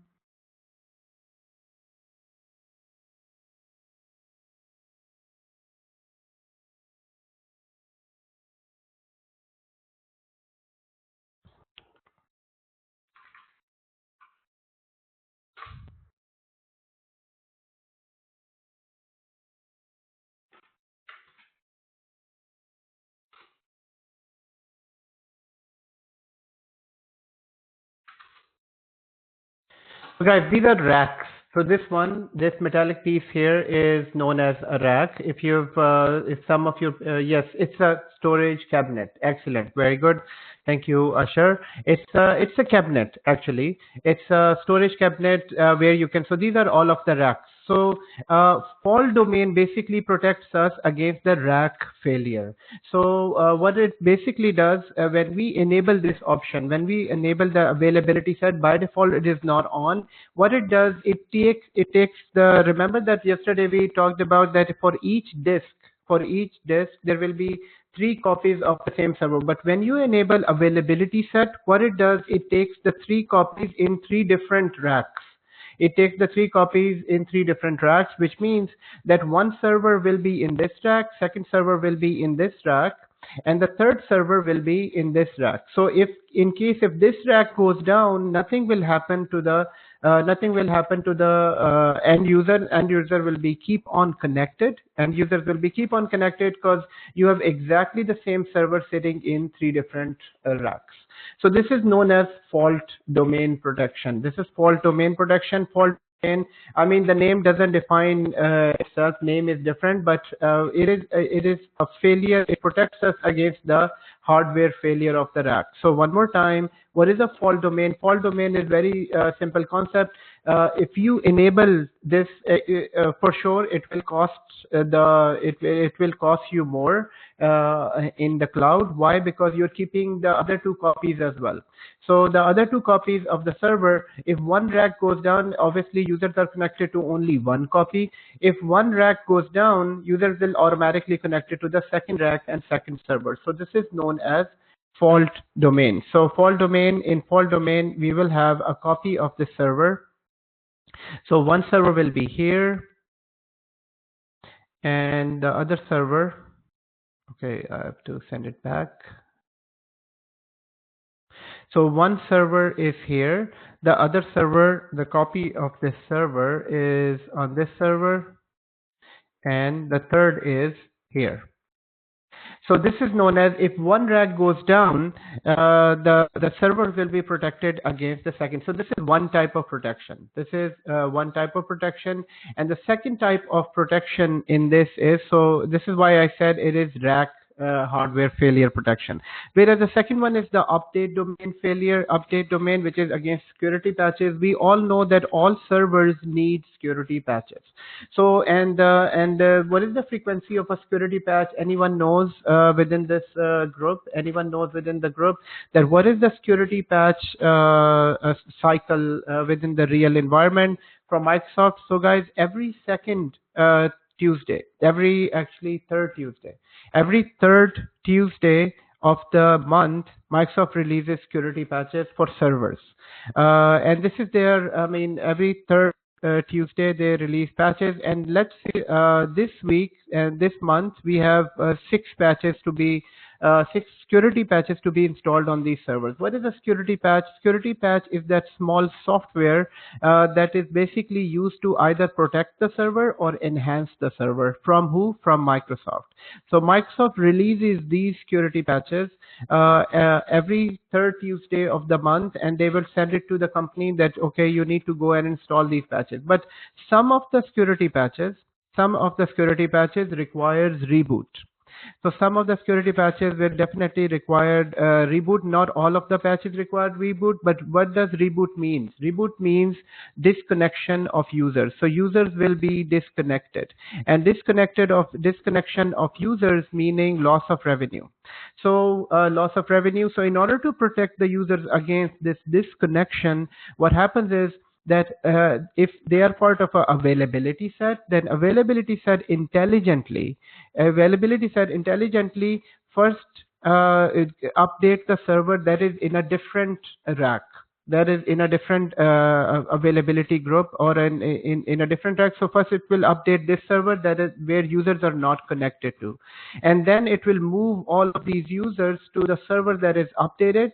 So this user was first connected here on this server, so this server will be updated first. Once this server is updated, then the users will be connected to this server and this server will be updated.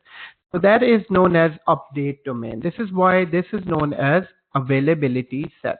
It makes sure that the server is available all the time, despite of any hardware failure or despite of any update domain failure. So just to remember that availability set protects us from 2 different type of disaster. Number 1, fault domain. Fault domain interview question is that what is the fault domain? What do you know about availability set? So your answer is availability set provides us 2 protection options. Number 1, fault domain. The second one is update domain. How many options does it provide, guys? It provides 2 options. Number 1, fault domain, and number 2, update domain. Guys, what is the best way to attend this training? What is the best way to basically learn everything? We will use all our senses. Number one, distraction out. We don't need distractions within this training because secondly, we are listening. So we are all listening, number one. Number two, I want you to write notes as well. So if you can write on your notes, simple this, availability set, it has fault domain and an update domain, and fault domain is rack against rack protection, and whereas up it is, and the second one, update domain, is against security patches, reboot protection. So which means that if these three servers needs to be updated, then what it can do, it can first update one server where users are not connected, and then it will move the users to that server, and then it will update the other server. In all cases, user should stay connected. And why users should stay connected? Because it's a source of revenue. It's a source of revenue. So this is what availability set is. Guys, the next thing that we need to discuss is pass. The next thing we need to discuss for the compute is pass. Now, guys, this is a very, very important point that we need to understand here. So first of all, what is pass, and what is the application of pass? What is the application of pass in this? So pass, we all know pass stands for platform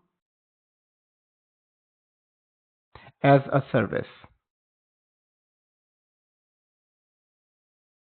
So platform as a service, everyone. So guys, all of you, if you are present, please type yes in the chat window. I need to know as a trainer that everybody is attentive. So please type in the chat window. Sorry about that if I keep on asking this again and again. This is an online training and we need to be more vigilant. We need to make sure that that we are present, and we will set the pace around this. So I have Asher, I have Ajmal, I have Viewer, I have Raza, Shakil, Human, Marja, and Umar. Thank you so much, everyone. Thank you so much. So the second topic, guys, each topic, you can say each topic is a very small topic, but it has a huge advantage. It has a huge part in cloud service. So just before this, we discussed about we discussed about availability set. Before that, we discussed about availability we scale set, and then before that, we discussed about the VM and then extension. You can see that everything is actually like a chain. It's like a chain, and each and everything basically it ties with each other. And trust me, by understanding these small little pieces. So you will keep on understanding these small little pieces. This will become a very, very strong combination, and you will shine as being a cloud admin and a cloud architect. Okay, so the second thing that I wanted to discuss is here, which is known as PaaS. PaaS stands for Platform as a Service. So Platform as a Service is basically platform as a service. Okay. Thank you, Sayed and Hassan as well. Platform as a service, everyone. Platform as a service, now understand this. So platform as a service, in compute, it offers 3 services as part of IaaS, as part of compute service. So number 1 service is known as app service. So app service. Guys, always remember, why is it part of compute? Compute is always, whenever we think of compute, is always equal to a VM. So compute is always equal to a VM. So what is app service? App service is a PaaS offering. Now we need to understand the clear difference between the IaaS service and PaaS service. If I say that, I need to buy an IaaS service from Azure Cloud, so I will go to the Azure Cloud and I am looking for only IaaS. I'm not looking for PaaS service. So this basically means that I am only interested in leasing a VM. I'm not interested in leasing the app service or a ready-made service. Now, what is the difference between a ready-made service and just a VM? So VM, I will pay just for the VMs, and then that is it. And I will select VMs on my own. So I will select a VM with 1 CPU. and then I will select another VM with 2 CPU, and then I will pay the charges, and that's it. And whatever I need to keep on the VM, this is my responsibility. But guys, so what is the difference between PaaS? In PaaS, what happens is I'm more interested in application.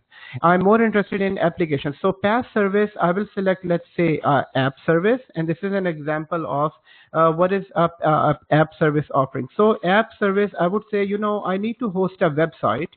I will host a website, and this website is basically and this is now I'm telling Microsoft that I need a website to which every day I am expecting like maybe 1,000 hits, meaning 1,000 people will be accessing this website. Maybe in the beginning it might be 10 people, 2 people, 3 people, but maybe but in the next coming 6 months or 1 year, I'm expecting the load of 1,000, and then it will increase.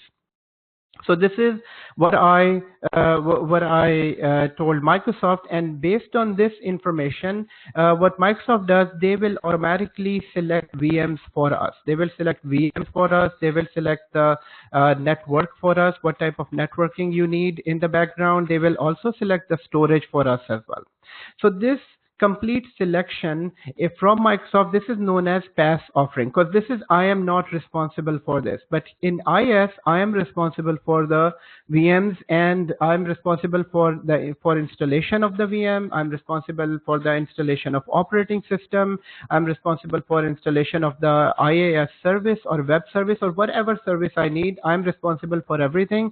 Yes, the underlying hardware in IS is responsibility of Microsoft. So here you are responsible, but in a PaaS offering, I'm only responsible for the website. So I am concerned with the website. I will have my developer create a website and basically manage the website. But what is the underlying hardware? This is not my responsibility. Microsoft will make sure that the VMs where the website is hosted is perfect, 24/7 available, and it is as fast as we require. So this is the difference between PaaS and SaaS. So I'm gonna write here again one more time. This is PaaS and this is IS. In IS, I am responsible right from the beginning and the VM, and then I can on this VM I can have OS, and on this VM I can have a website. So in IS I am responsible for both of the component, this one and this one. Whereas in PaaS offering I am only responsible for I will get a website, but I am not responsible for the VM. So this will be the responsibility of Microsoft, and this is my responsibility. So you see the difference in here. I'm only using the service, and then I am connecting this to my end users. And I'm not responsible for the OS license that every now and then I have to upgrade the license. I have to install the security patches. I have to make sure that the disk is proper, disk is not full, and so on. But here now in terms of the cost, you'll be surprised that this is cheaper than IS. IS is more expensive.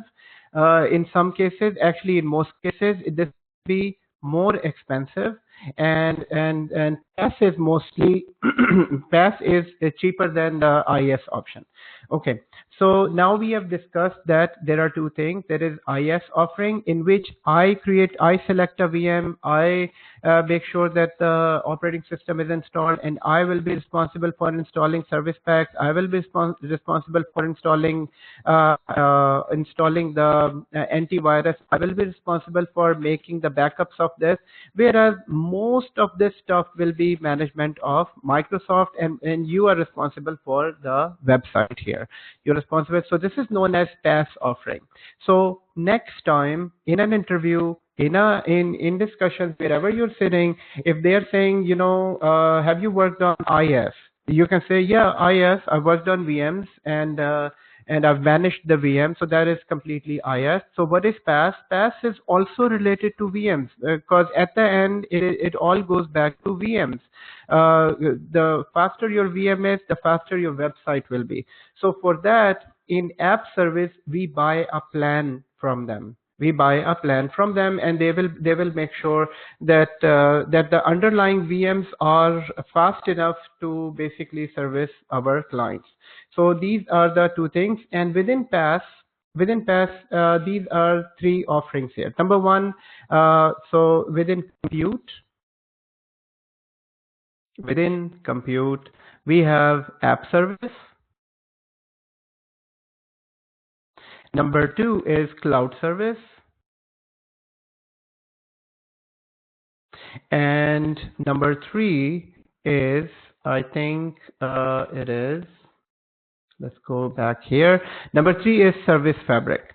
So these three options are PaaS offerings, but now you should understand that why is it in the compute building block? Because in the background, these all services are connected to VMs.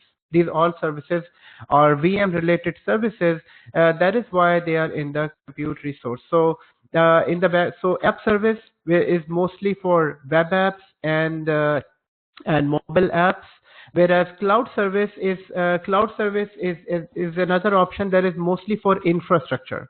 That is mostly for infrastructure related for the backend services, and Service Fabric is basically for networking and management. We will go into more detail later on for this, but these are three PaaS offering, and there is a full chapter on this, on app service, cloud service, and Service Fabric. So for now, we don't need to go into detail, but at the moment, I want you to understand that in the background, it's VMs, but VMs are not our response. In cloud service, Service Fabric, companies buy these services to basically have more attention on their business rather than on their hardware. So app service and cloud service and Service Fabric, there is a full chapter, and there are about maybe 10 or 15 more services inside these services. Okay, so this is one thing, and the last thing is serverless services. Now, serverless services is also almost like app service, but app services is actually specifically for the website. This is for the website or the mobile apps, which is Android apps or iPhone apps. So this is basically that. But in functions and logic app, functions are like scripts. So these are predefined scripts that are sitting in Azure that we can use to basically start a complete infrastructure. For example, I need Exchange server. I need an Exchange server, so actually Exchange server, or maybe a SCCM server, maybe any other server, maybe let's say a Citrix server.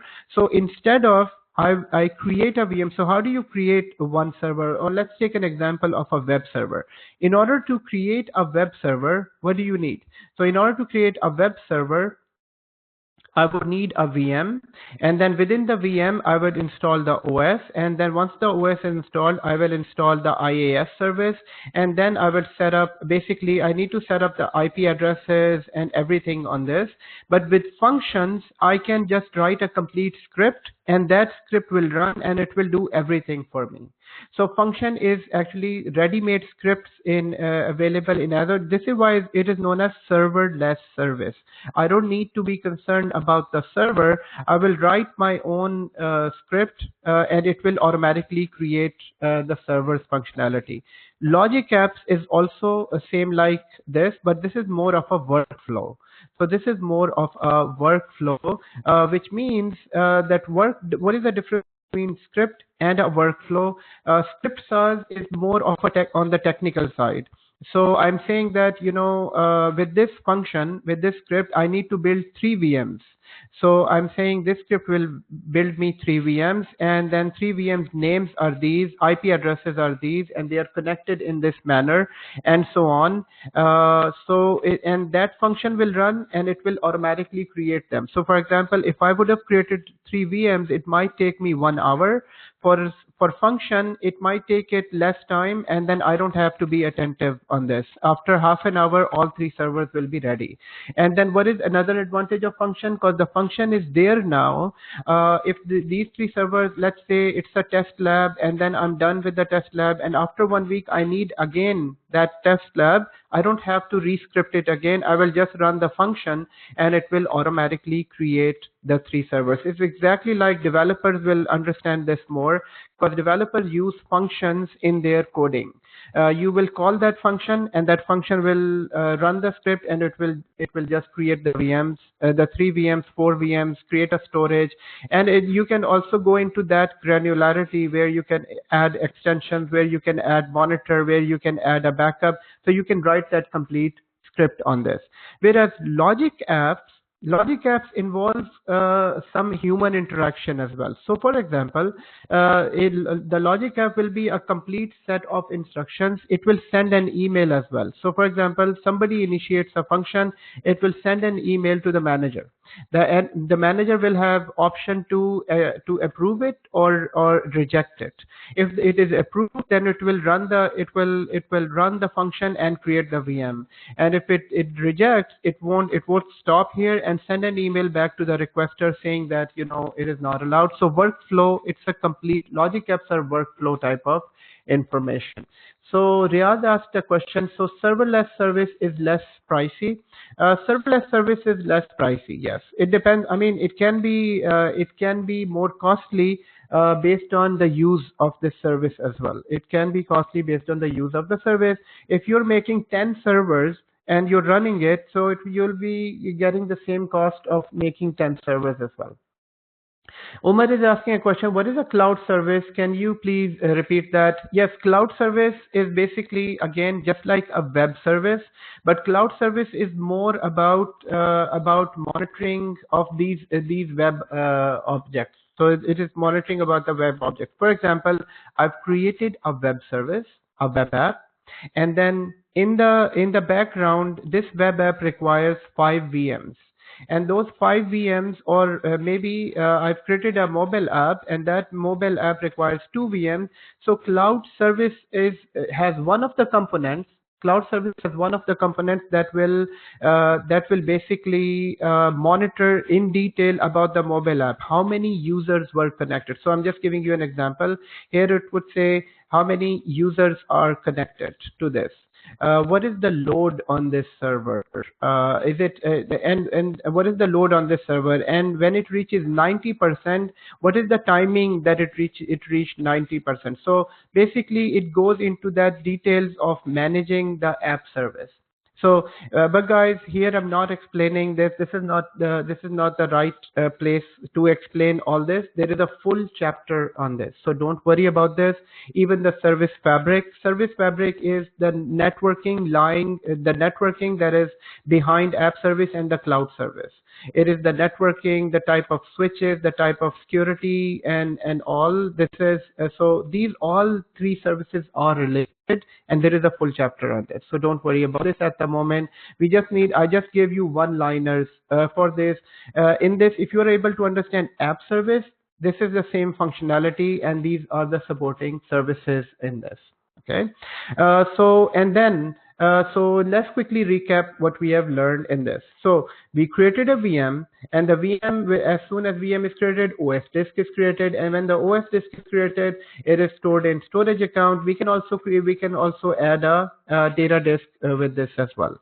And then VMs can have extensions, and these extensions are basically diagnostic service, and then there are other services like antivirus. Some of the services are free, some of the services are paid, and then we can have monitoring on these servers. So guys, Microsoft has covered this from all angles. Microsoft has covered this from all angles so that companies can have that confidence to bring their revenue generating servers in Azure. Guys, if Microsoft would have not provided this level of confidence to companies, then who would come and put their servers in Microsoft? Now, how many companies are investing in Microsoft? How many companies are hosting in Microsoft, guys? Fortune 500 companies, Fortune 1000 companies. And actually, every now, you just look around yourself, around you, the companies that you have worked for, half of those companies are in Azure. Half of those companies are in AWS, and companies are moving into Google Cloud. So monitoring, backup, So these things for the individual VM, and then for the high availability of VM, we have scale sets that can automatically scale out and then scale up. So guys, with scale out, scale up, remember for the interview purposes, it goes scale out and it goes scale up. Scale up meaning increase the CPU, memory, and the resources inside the VM. Scale out mean increase the number of servers, and this can be an interview question as well. What do you know about scaling out? And then in availability set, we learned fault domains and update domains. So we learned fault domain and update domain. Guys, be ready to have your own explanation. Whatever you have written at the end of this lecture, we will open the mic, and then you might be able to you might be asked to just repeat the 3 or 4 points, whatever your understanding is. For that reason, I mean, this is all for having us more and more good remembering for these components. Then we talked about container service. Guys, container service will be discussed in more detail within this as well, within one of the chapters here. But container service is about application. Container service is about application, but at the end, these are VMs being contained in a container service. I have more explanation on this, but for now this is fine. We will discuss it in more detail in another chapter. Now these VMs are connected to network interface card that connects them to the virtual network, and then that connects them to the outside network and the local network as well. And then for the compute offering, we have a platform as a service, which is app service, cloud service, and service fabric. For serverless computing, we have two, which is functions and logic apps. In order to secure all this, provide security to this, we have Security Center, complete Security Center within Microsoft Azure, and I will show you in a moment. We will create a VM, and this will be more and more understanding once we are in the lab. And and so Security Center basically gives us a full view of our complete environment. So actually, since we are here on the topic, let's log into our portal. So I'm going on to the portal now, and within the portal I have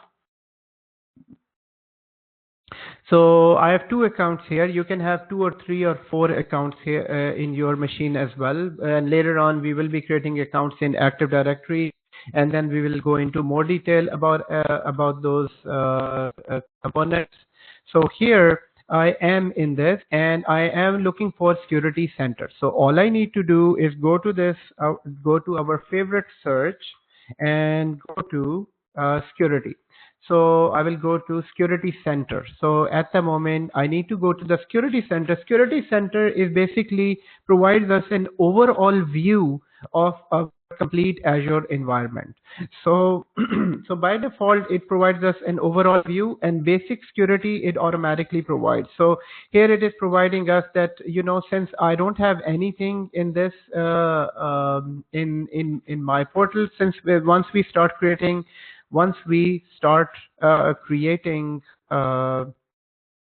services, we start creating VMs, you will see more and more. So I've decreased the font size.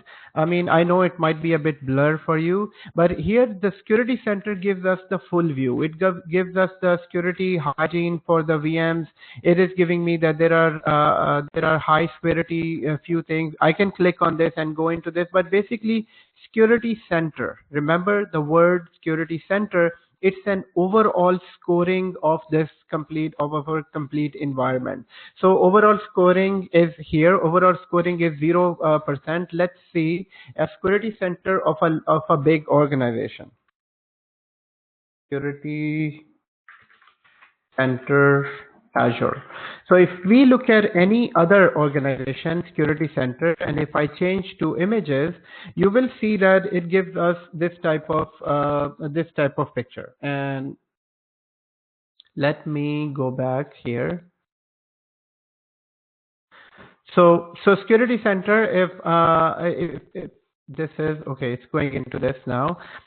Security Center gives us a full view of our environment with basically a numbering as well. So for example, here it is saying 461 out of 80, 870. So this is a scoring, and it also gives a color as well.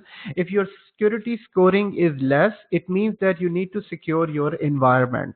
So Security Center is, it basically, it's not only antivirus, it's not only firewall, it's not only network security, it's an overall security of your complete environment. And then it gives out suggestions, and it also provides recommendation what you need to do. Here it's saying threat protection, and it gives you all. So at the moment there is a chapter where we will discuss Security Center. So Security Center is sitting right at the top, and Security Center is really famous in the cloud environment as well.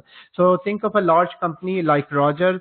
If you're a cybersecurity expert, you will just go into the Security Center, and then you will so you will basically okay, viewer Riaz is saying, so it says where we are lacking. Yes.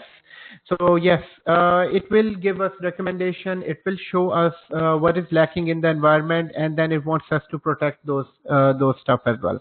Secondly, we have Active Directory for security. Active Directory, some of us might already know what is Active Directory. Active Directory is basically authentication service. There is a full chapter on this, so don't worry about this. But in a very in a summary, in a very brief understanding of Active Directory, this Active Directory is different from on-premises Active Directory, and there it's different in functioning, but it is an authentication service. So main purpose of Active Directory is authentication service. So it provides authentication when a user logs in. Basically, it is the Active Directory that lets the user log in. We set up permissions and all that. And then we have something called Key Vault. Key Vault is the place where the keys of all these services are attached, where the keys of all these services, this is basically a vault. This is a space in which we keep encrypted keys for all these services. So which means that this key will be used to start a VM. So normally we use, for us, we just log into the server, but basically in the background there is an encrypted key that is connected us to that VM, and we can keep all the keys in their vault. And there is a full chapter on this as well.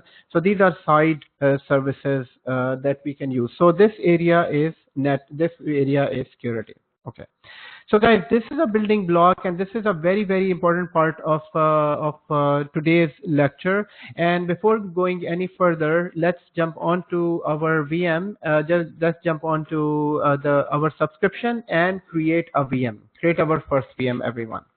So keeping all that in mind, and now you will see that how interesting it becomes as soon as we start building a VM, because everything that we have learned will be used. So first of all, I will change this. I will change this to 100%. So now, in order to create a VM, before even going to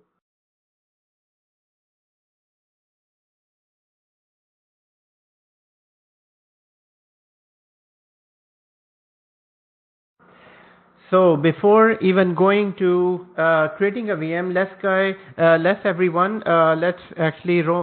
actually try to understand this interface, this portal. So first of all, right here, this is known as the home screen. Whenever we are stuck anywhere within within Azure, like going into services, there are around maybe 120 different type of services in here. So 120 services, and they are continuing. So when I started, maybe around 8 years back with Azure, there were about 40 or 50 services.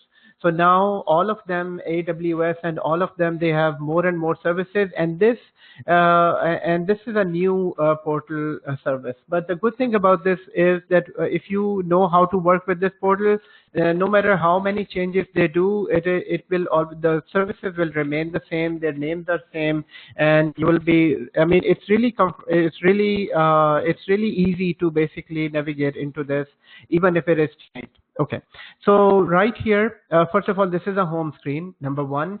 On this side, you have your name and your account information on this. And if you have other accounts as well, then you can use using this to a different account. If you have a different Active Directory, this place is for Active Directory.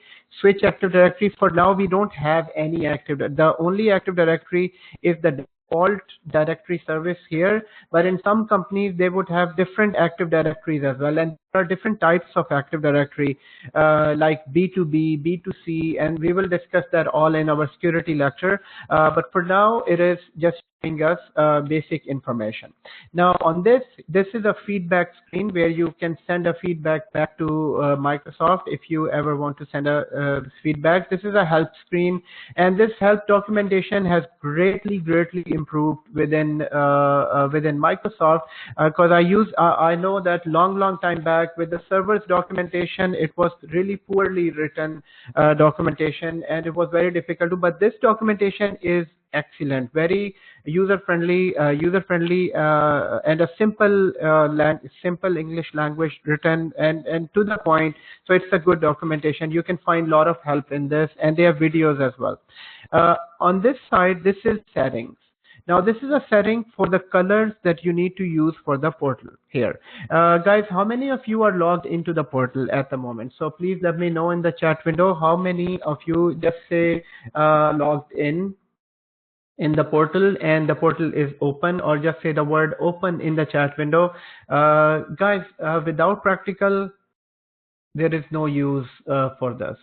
Sorry about that, but if you're not in the portal, I mean, yes, by next lecture, if you don't have an account, don't have a subscription, guys, spend time on this, and then you should definitely have subscription on this. So I have all of you in the portal. Excellent, very good. And if you have a second screen, that will be excellent. On one screen you can open presentation, on the other screen you can do the practical. So right here, this is the portal. You can change the dashboard, you can change the coloring. So this is just the interface coloring. Here, this is a notification part. Notification part, it will give you notification for all your activities. So it will give you notification. If I just clicked on more event activity, so if there would have been any activities here, it would let us know, and it will also let you know your account credit as well. It will also let you know your account credit in notification. And when you create a resource, when you delete a resource, when you make changes, this notification will be right here. Next one is this here, which is directory and subscription. If you have multiple subscription in your environment, then it will show you that you can log into other subscriptions as well. So for example, I have this other subscription, HSIT subscription. This is for another company organization at one time I added, so I can log into that subscription as well. And this is how, remember that we said that under a management group you can have 4 or 5 subscription, and then this is where you can change the subscription. If you are the enterprise owner, then you can change the subscription, and here it is showing me the ID of that subscription and ID of my subscription as well. The next one is the PowerShell screen, which is the next one, which is this one. This is the PowerShell option for Azure. Now in Azure, everything that we can do in Azure can have a command line. So the very first time when you open this, it will need you to ask to create a storage space. Why would it need a storage space? Because this is where it will keep its temporary files, where it will run the commands. So the very first time when you open it, you will need to create a storage. So guys, create a storage now, and so here just say create storage. So once you create storage, what it does in the background, it is creating that small space where you can run the commands, where you can see the commands, and all the temporary files in the background will be stored in this space. So it will take few moments, and it will create the space, and it will give you a login screen here. So we'll let it go. So actually here it is creating it.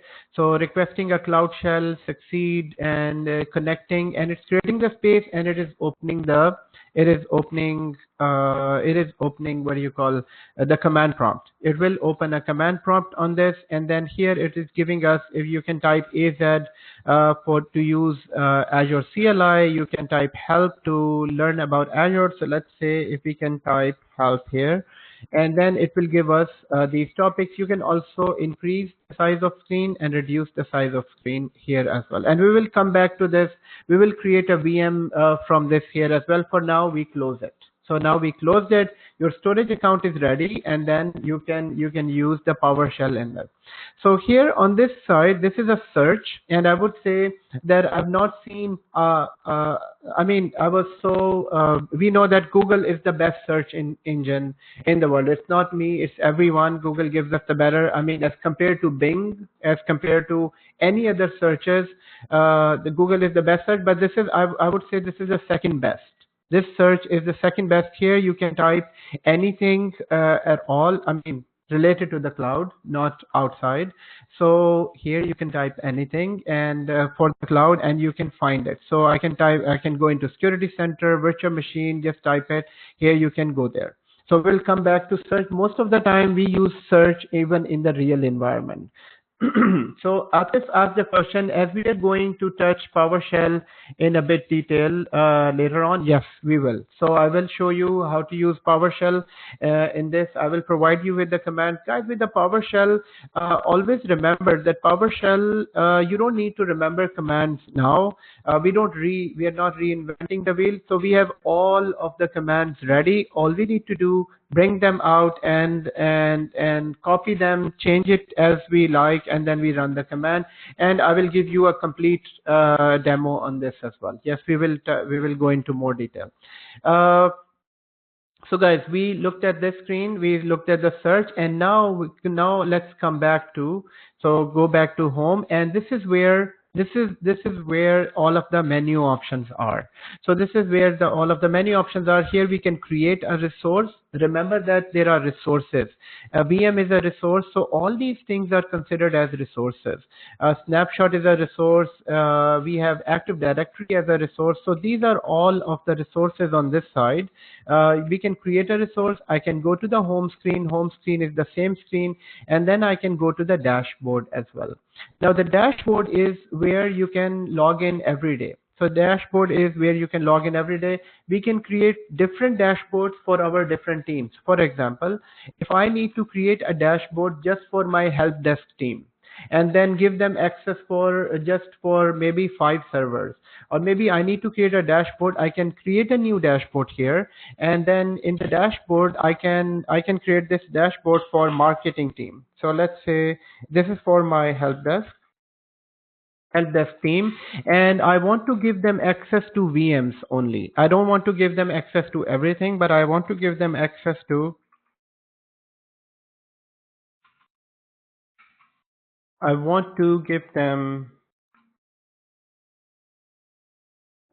access to, so 23 here, I think it should be,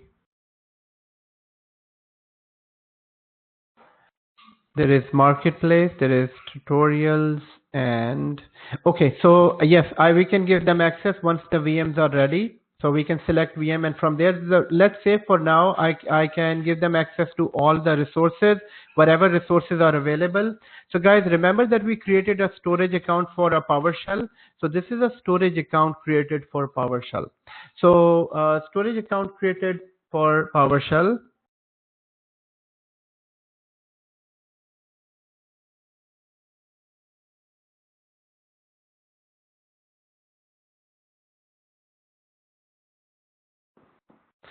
So this is a storage account created for PowerShell, and it exists under resources here, okay?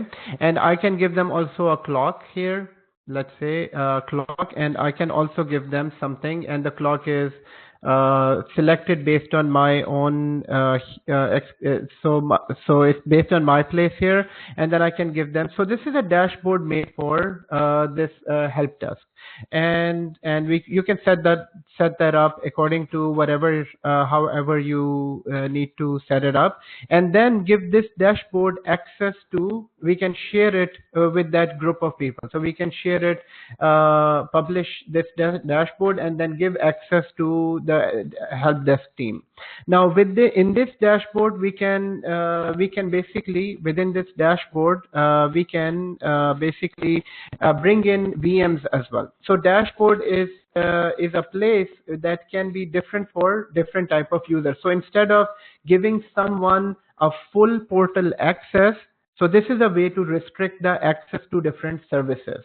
I mean, we can restrict it by permissions as well. And here the dashboard is published, and here I can manage users, and I can provide them with access control. Here I can select the number of users, and then I can assign a role to them. For now, we don't have any users here. Otherwise, we would have added users. Let's see if I can find any users. Let's say yes, I have few users here. So let's say I have this user, Adnan Gmail. This is my guest account. Later on, we will be adding access, and I can provide access to this user and then provide access. So we will cover that in the security lecture, and for now, but I just wanted to give you an intro to our dashboard. So dashboard, in interviews, they might ask you, how do you restrict people from accessing the portal and not give them access? So one way is to give them their dashboard. So all your help desk department will see only what you provide them. So as an admin, as an Azure admin, you will get the complete access to the complete, to everything. Okay. So now we have the dashboard, and then we have other all services. The reason all services are here, the reason all services is here, so that we can make them favorites. So these are all of the services within Azure at the moment. So if I click on all services here, and these are all of the services. So you can see in general, these are the services, which is marketplace, tags, and free service, reservations. We have then in compute resource, in compute, we have virtual machine, we have scale set, we have app services, we have batch files, we have VM classic, we have cloud service, we have availability set, and snapshots. We will go through this. And then in the networking, we have all these services, and in web services, we have all these services.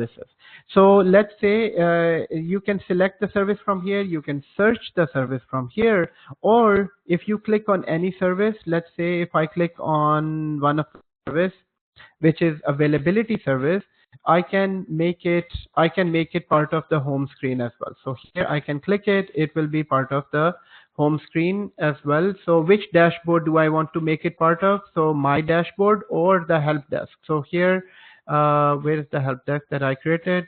It is, where is my dashboard? Okay, shared. So let me find it in, yes.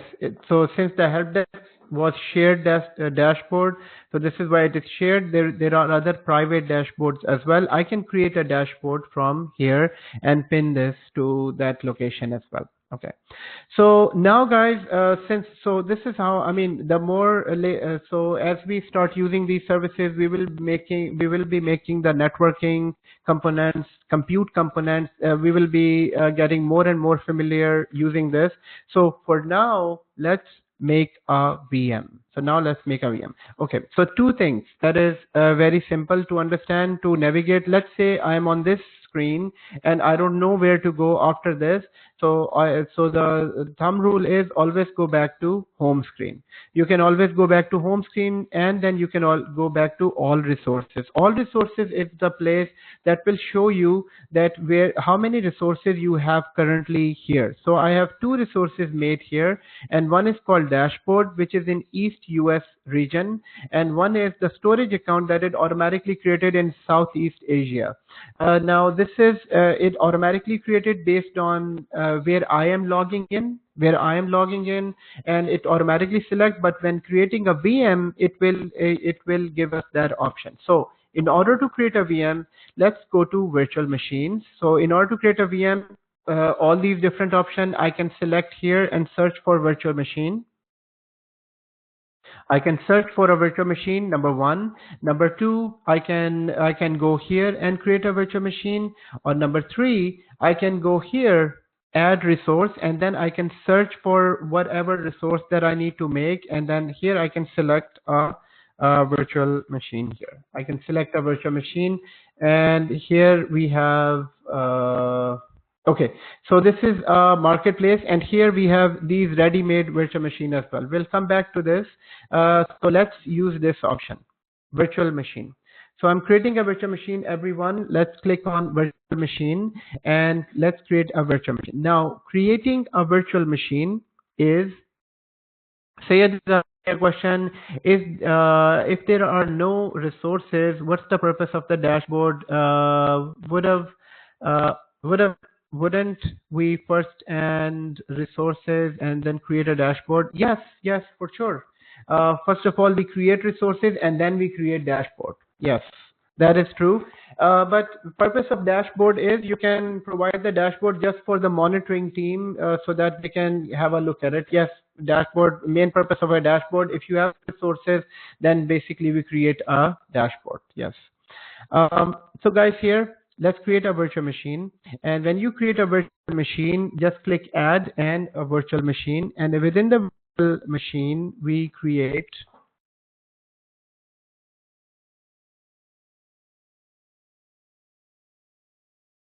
so the very first thing, so first of all, there is menu at the top. This is the menu at the top, which is basic. We can select the disk, we can select networking, we can select management, advanced, tags, and review and create.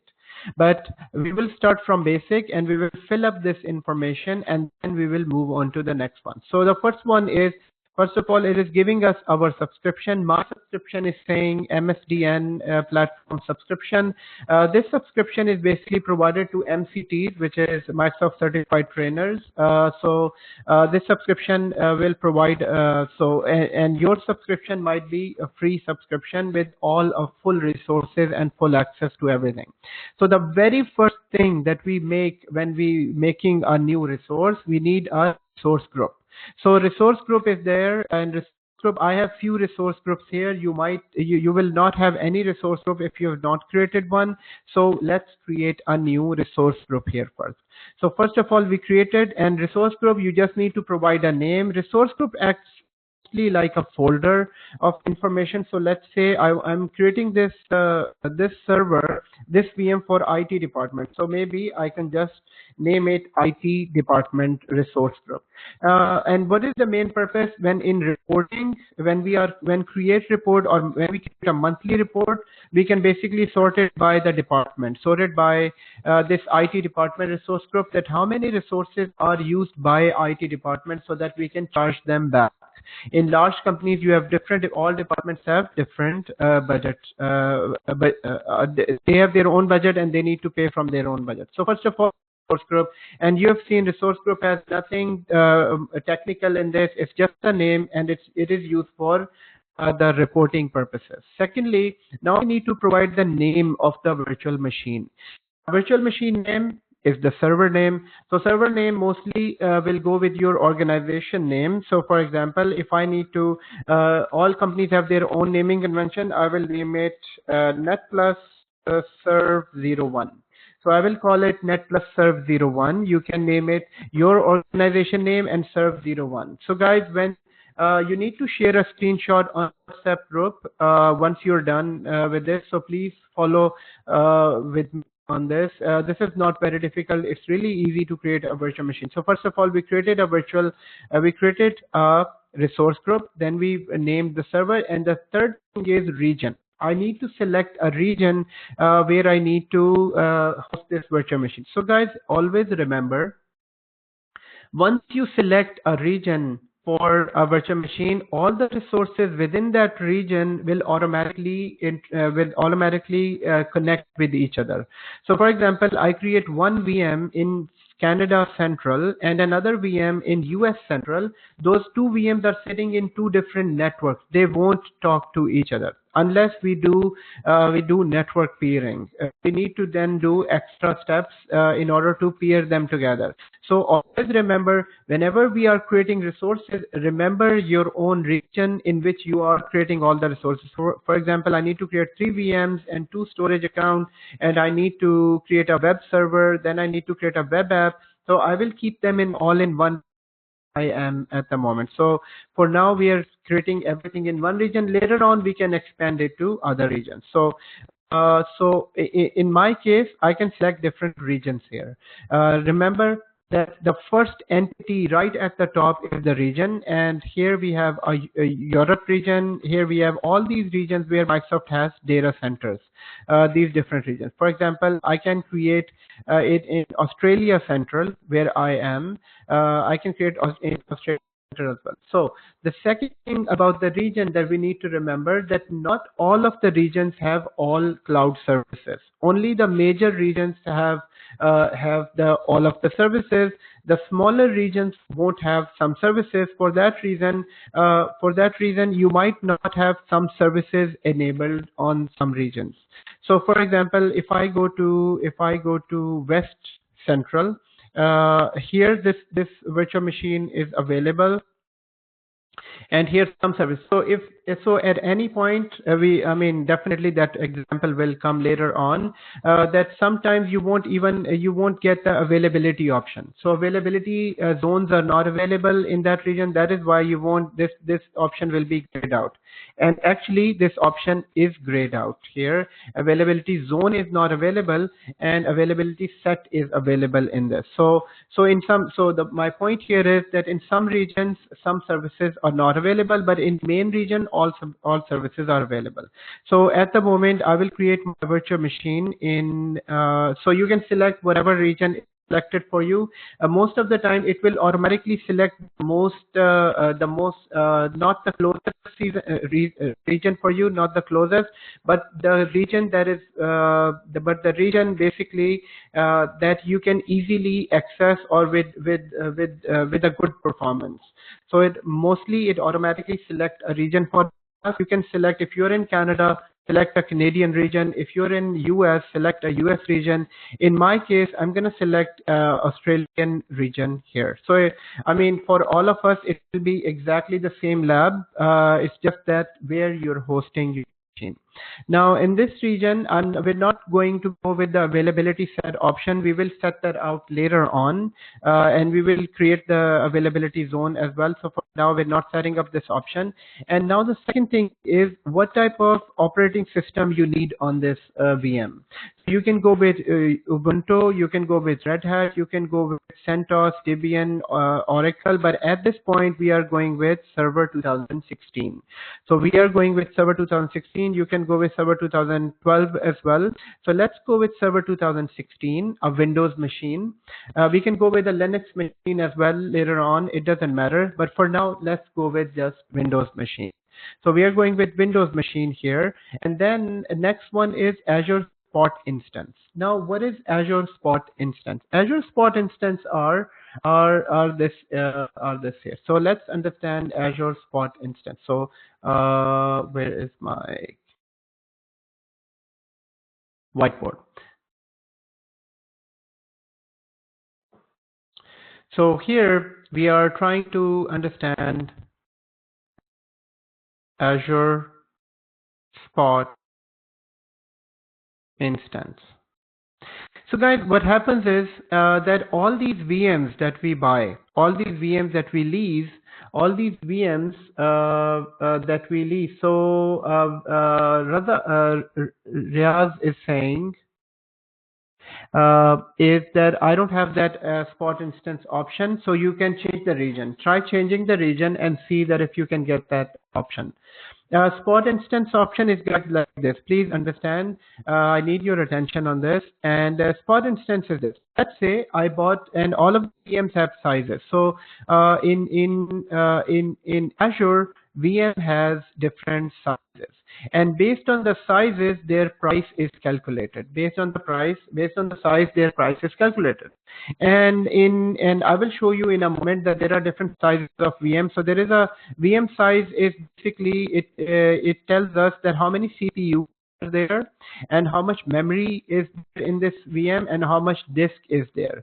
So for example, they call this size B1 size. B1 is, let's say, 1 CPU and 4 GB of RAM, and so memory is in GBs, and then it has 30, let's say it has 500 GB hard disk. So this is, and then it is B2 is basically 2 VMs and 8 GB of size and 1 terabyte of disk. 1 terabyte of disk. So all VMs depend on their sizes, and based on their sizes, the cost is basically provided. And the cost for this VM, let's say, is $104. And cost for, or maybe it is even less cost, maybe $60 because it's one CPU. And let's say cost of this VM is $120 per month. So this is per month cost. Guys, what are we trying to understand? We are trying to understand spot instance. Guys, spot instance is basically, it's all related to the cost of the VM. So first of all, we understand the cost. So cost is based on per VM size. What is it based on? It is based on VM size, and VM size meaning CPU, memory, disk. And based on this size, let's say the cost of this VM, B1 size VM is $104 per month, and B2 size VM is $120 per month. So guys, based on this is their pricing, and this is how it goes. So let's say if I get this VM, I will every month pay $104 per month for this VM. Okay, so this is the price of this VM. And then, but there are some VMs that will that where we can, there are some VMs to which we can get the VM, we can set a condition, of a VM. So let's say for this server, now I'm explaining spot instance. Spot instance says that on this VM, I'm saying that as soon as the cost for this VM comes down to $80, then I will take it. Then I will take this VM. So, which means that at some point in time, these VM charges will change. So let's say if I take this VM now, my cost is fixed. But let's say in non-working hour, or at night time when the load is less on the network, the same VM, they will offer the same VM for $60 per month. So $60 per month, same VM. So in spot instance, I can set a condition that as soon as the price reaches to $60 per month, I will create this VM and then I will use this VM. So spot meaning is a spot price. So if I take this option, I will only be able to use this VM when it is at $60, and as soon as it reaches back to $20, the VM will be off. It will be shut down. So now you will think that, this is not a stable VM. You bought the VM on a cheap price, but then as soon as the price goes up, and the price goes up and down. When you buy a VM, this is a fixed price. The price won't change unless you shut down and you rebought and you buy that VM again. But for all of the other VMs, the prices are always going up and down depending on the busy season and maybe not busy season, just like in all businesses. So, but for this particular server, I can set a condition that as soon as it reaches $60 per month, I need to take this VM. So now your question is that what type of services will be used on this VM, guys? This type of VM is mostly used for dev and test environment, for the testing purposes or for the diagnostic purposes, where companies don't want to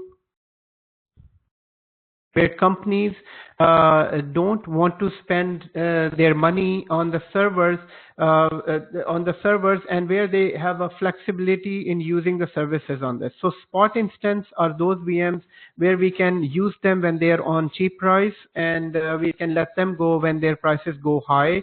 So this is known as spot instant price. So spot instance, so mostly in the production environment, we don't use spot instance.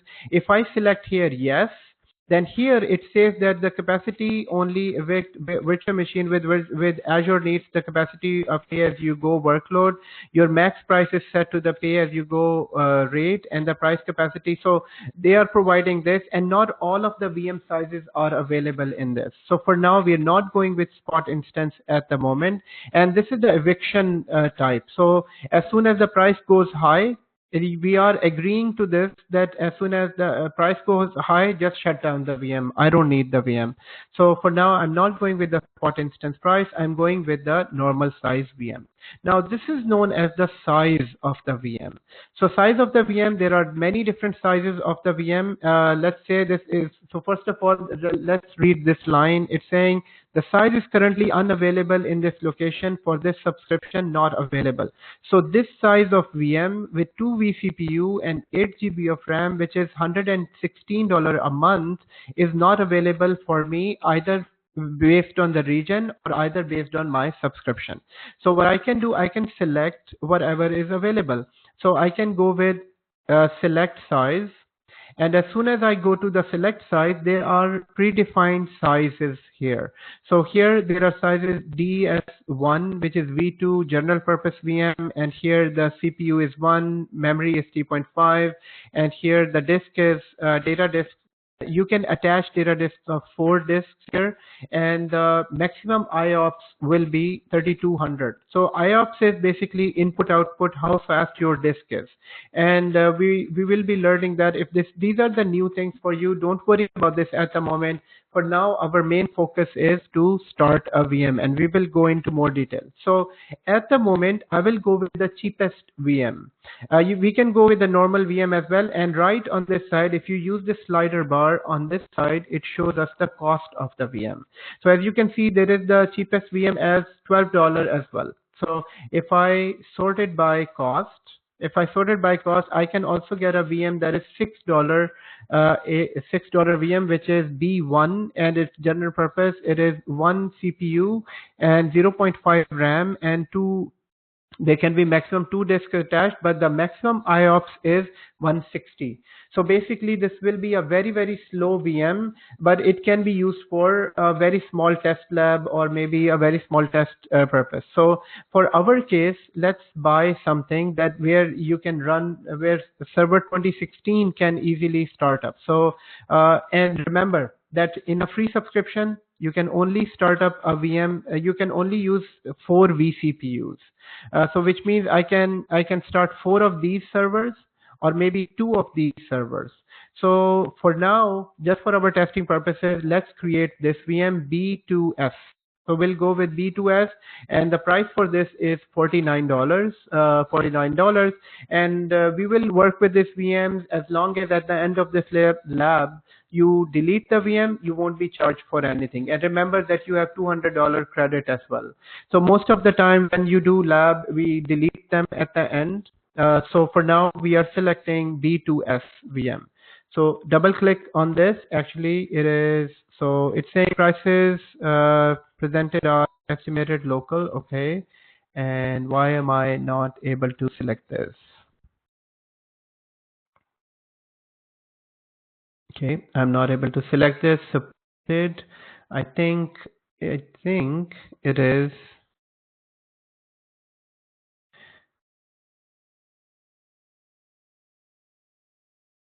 Okay. So I'm gonna go back and I'm gonna change this. I had this problem with this side, Australian Central region. I'm gonna go back and select another region. Maybe I'll select. I can select. So let's do it again. So we are. Riaz is saying it cannot select. So let me change the region and check it.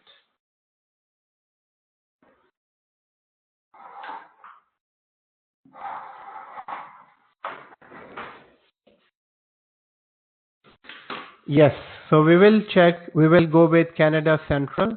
So we'll go with. So I'll go with the same. Okay, so I will go back to IT department as my resource group, and I can go with VM name NetPlus survey 01, and I'll leave it to Canada Central. And in this, I think I won't have any restrictions on this one. So I'll go with server 2016, and I can select the same size. I will leave the size as is, or I can select another size as well. So in this case, I will select BS2, and now I can select. So guys, this is what I meant by some regions won't support all of the types because based on their data center. And here I can select this, the charges is 43.63, and here I need to provide the name. So guys, about the name, always remember, write it down somewhere. Write it down somewhere. If you lose this administrator username and password, it's very, very difficult to bring it back. It's very, very difficult to bring it back. There is a way to bring it back, but it's very difficult. So always write it down somewhere. And the password, I would suggest everyone to use the same password, which is password 1234 for all the servers, or it's up to you, but please write it down somewhere. So my username is passadmin, PASS admin, and password is password 1234. So am I writing it somewhere? No, I don't need to write it somewhere. I remember I always use this password on this. And the second thing is, next thing is the basic VM details are entered, and the next thing what we need to do is to select the ports here. So the port that we are selecting is 3389. So 3389 is the port to access the server remotely. If you don't do this, then you won't be able to access your server. But then your question might be that can we do this later on? Yes, you can do this later on as well. But later on, then you need to create a rule within the firewall and then allow it. But here, let's just keep it as is. Just keep it, select allow selected ports, and then select the 3389 port. If this would have been a Linux server, then we would have selected SSH port. If this would have been a web server, then we would have been selected this port. For now, we just need the RDP port to access the server. Next is licensing. So it's just giving us that option. If you don't have a Windows license, just buy it now. We will give you 49% savings on this. So guys, since this is a evaluation version, we don't need a license, so we'll just go with no license. Now, basic things are selected, basic details are selected in this.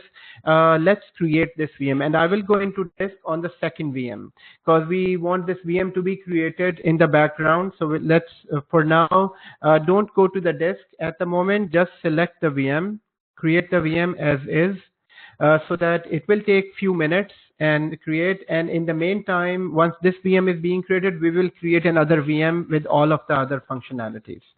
So here it provided us the summary, and now it is validating that my credit. So does my credit allows me to create this VM? So let's say maybe your credit is not enough. Here it will not validate this. If you have missed any important detail, it will not validate this. So here it is validating this, and it is validated successfully, and it's saying per hour it will cost this much. So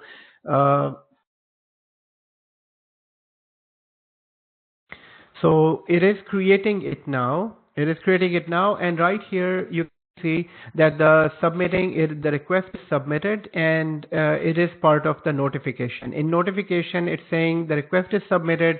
It will keep on creating the VM in the background. Here, if you need to see the progress, here it will show the progress. Now, what is required in the VM? It will create a storage account. It will create all of the necessary things that needs to be done. It will create a networking. It will create a public IP address, and it will create a lot of things in the background for this VM. So we'll let them We'll let them create these VMs. So here it is just giving us, we don't need to stay on the screen, and we will wait for notification once the development process is finished. Now we'll go back to the VM and we will create another VM. So this will take a few minutes here. So let's go back to the same place, virtual machines. So in virtual machines, we are back in virtual machines here. Here I don't see any virtual machine, but if you go to all resources, in all resources, you will start seeing resources being made. So as you can see, it has created virtual network for this, virtual machine, public IP address, network security group, and there are different chapters. We will discuss that all. But at the moment, as you can see, automatically these things are being generated. And guys, at the moment, you're seeing orchestrator in action. So orchestrator is basically acting and creating this. Remember that we discussed that we just send a request from the web from this web portal, and then it uses web APIs, the scripts or functions, and then it send it back to orchestrator. Orchestrator is now creating all this, and then the VM is being created on the servers within the cluster, within the data center, within the availability zone, and within the region. So it is creating that all the whatever we have discussed yesterday. So let's keep that in mind. And now we are about to create the second VM. So I can create a second VM right from here, but I will create it from the virtual machine here. So Asher, so we have a question from, first of all, we have a question from viewer 20, and that is for the username, it created automatically and not give me to enter the password. Okay. So most probably, Riaz, you created a Linux VM. In the Linux VM, it doesn't give, it actually uses the encryption. It provides an encryption key that needed to be saved. So basically that VM, it won't work for you at the moment. So please delete the VM and now follow with me, follow me on creating this other VM. So remember to select Windows VM to start with. Guys, if you start with a Linux VM to start with, it will be a bit complex, it will be a bit difficult to access, and that will give you kind of a bad taste in the mouth. Because I mean, it's not difficult, it's not impossible, you will do it, but it's not that simple. So we are starting with a very simple VM here now. So okay, second question asked by Asher is, so all of these resources are created based on the first VM? Yeah. So all the resources that you see, those are all for the first VM. Yes. And then now let's create the second VM, everyone. Let's create the second VM. In order to create a second VM, I'm in the VMs here. You can go back here.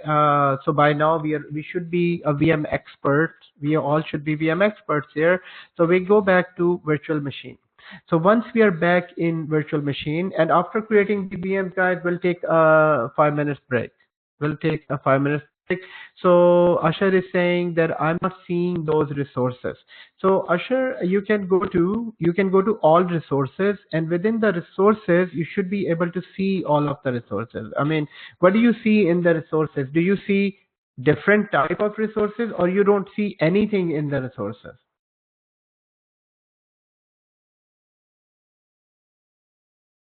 So you should be seeing something within the resources, just one cloud shell. Okay, so which means that that operation, the clown. I'm not saying the clown. That VM. That VM is not created. So somehow you were not able to click the create button, and you change it to all resources. So once it is validated, remember to click the create button, and it happens right on the last screen when it says validated. Validated doesn't mean that it is creating the VM. It does just mean that it is validated, but you still need to click the create button right at the bottom, and sometimes that button is under the scroll. You need to scroll down and then create it, so it's fine. Just do it again. So I'm going to create another VM, everyone. Let's create another VM, and I'm going to the VMs here, and add virtual machine. And this time we will create that. I will create a second VM within the same resource group, which is IT department, and I will name this Net Plus SRV02. So I'm creating this Net Plus SRV02. I need to remember that I'm creating that in Canada Central in the same VM as well. So in the same region, and I'm not using any availability options. I will change the size to, I will change the operating system to this time. I can even go with Server 2019, but this time I'm going to go with Server 2012. Server 2012. We'll go with Server 2012, and in this time I will select a different size. I want to select something with 1 vCPU. So I'm going to select DS1 underscore V2. So I'm selecting this other VM size. So there are different type of VM sizes. There are some there are different type. I mean, let's go into the sizes and let's look at this. There are general purpose VMs. Then there are special purpose VMs as well. So if I go to see all sizes,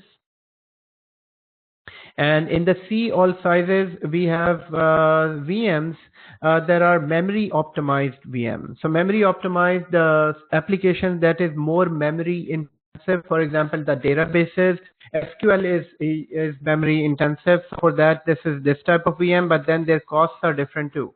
Then their costs are different. For example, this VM with 4 CPUs and 28 GB of RAM, it is $341. VM, and then there are these other VMs too, memory optimized general purpose VMs for general purpose. Then there are compute optimized VMs as well. So compute optimized for those servers that requires more compute resources. So there are different families of VM, and we will discuss them within the slide. Actually, it's right here. Actually, it's not. So I'm going to go back to. I am going to go back to the create VM screen. So within the create VM screen, everyone, I will provide as admin, and I am providing the password. Guys, remember to have this password. Most of the time you go with your own password. Password and you forget it, and there is no way you can bring it back. So, but there is a way that takes hours and hours to bring a password back. We won't go into that at the moment. So let's keep it simple. Use password 1234 1234 because of the complexity requirement. This is why I'm saying P capital password 1234 so that we can remember. Here I will keep the RDP port open. I will keep the RDP port open. I don't need a license. Now we can jump onto the disk. When it comes to a disk, guys, there are 2 types of disks available. Actually, 3 types. Basically, 2 types of disks available.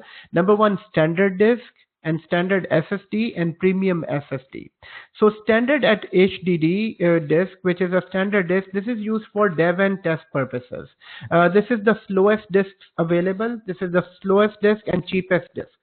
So if you select a standard disk, then there won't be a cost for this disk. I mean, so here it's saying the selected VM size support premium disk. We recommend that premium SSD for high IOPS and workload. So it's saying that the type of size, the size you have selected in the previous screen, with that premium disk is recommended. So, but I'm selecting standard disk because this is all our dev and test environment. The other VM we created, it automatically selected a premium disk for us. So premium disks are more faster and more costly, whereas standard disk is cheaper and it's for dev and test environment. Whereas premium and both SSD disks, so there is SSD disk. We know all of us know what SSD is a disk that is much faster than HDD. HDD are older mechanical drives, whereas SSDs are more sophisticated, all chip-based drives. So these are very fast drive, and there is a huge big difference between even the price and the speed. So both of these will cost more will cost less. In this case, I will select just standard HDD. But one thumb rule we need to remember that SSD, standard HDD is used for dev and test environment, whereas standard SSD and premium SSD will be used for the production environment. Ashar is asking a question: which VM size did I selected? I think I selected this time. So here on the screen, I selected DS1 underscore V2, standard DS1 under V2. You can select any size. I'm just looking at the price, and for the I'm getting just the kind of server that is used for the test environment. So here we can say the standard. So thumb rule for remembering the disk is standard HDD for test and dev environment. All the production servers must go with the premium disk. So they all go with the premium disk here. Second one, do you need to encrypt the do you need encryption on the disk? Here by default encryption address with the platform managed keys. So which means that as soon as on the server disks are encrypted. On the server disks are encrypted, but these are not the encryption. This is a default encryption available, but you can go with the encryption as well with the custom managed keys. Later on, once we discuss the key vault and work with the key vault, we will create a key and then keep it in the key vault as well. For now, we'll go with the default encryption. But guys, remember this encryption is free, but it is not fully encrypted.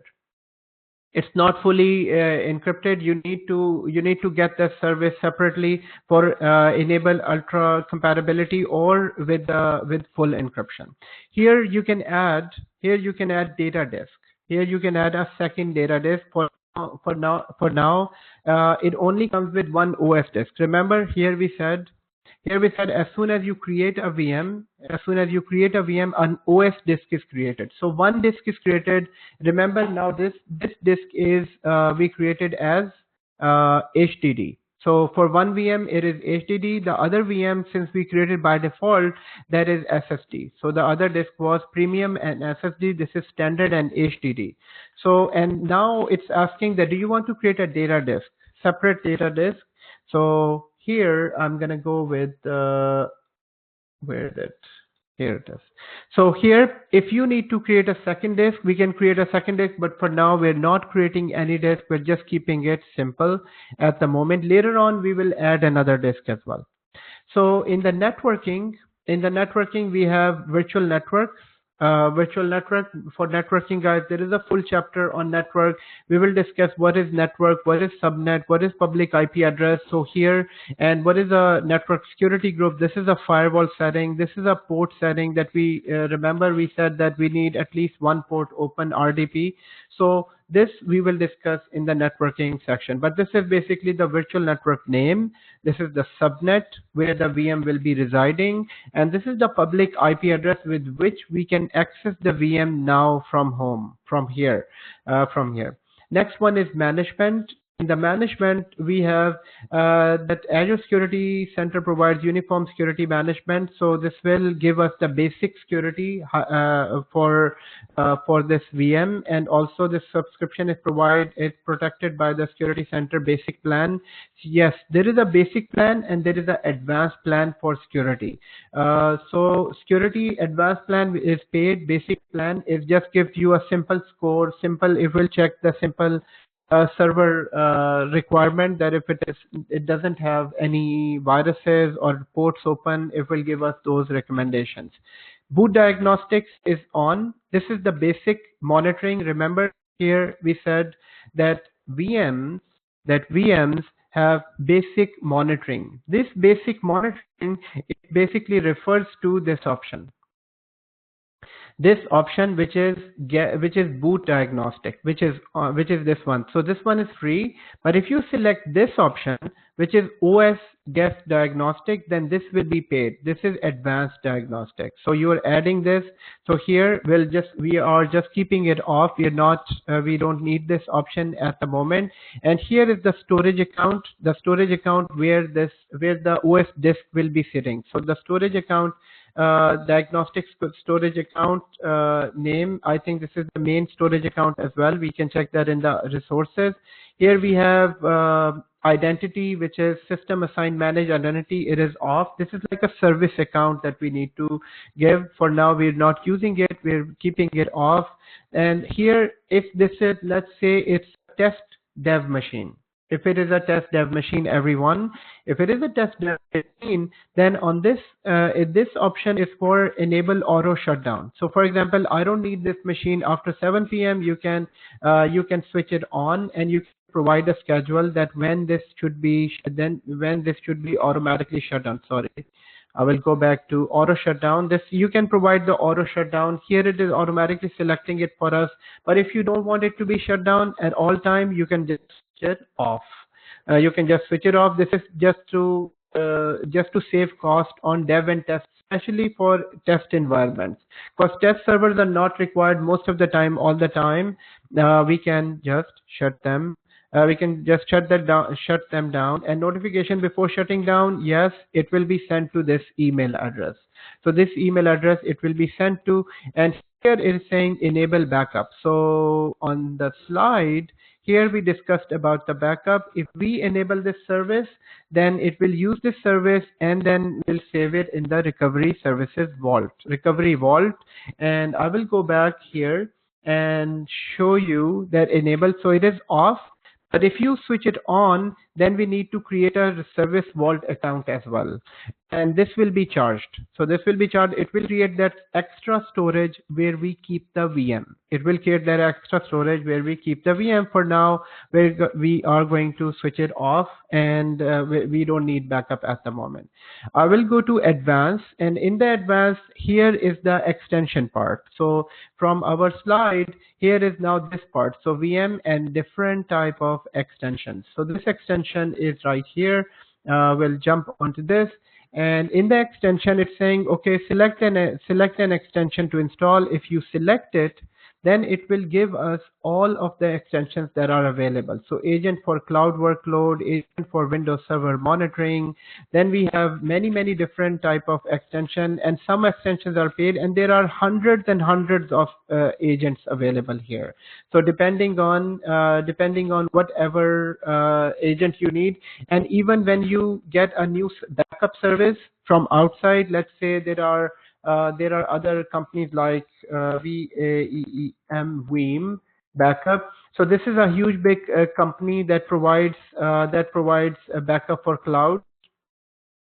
So when you get a backup service from these companies, you won't find an extension there, but they will provide you extension that will be part of your cloud extensions as well.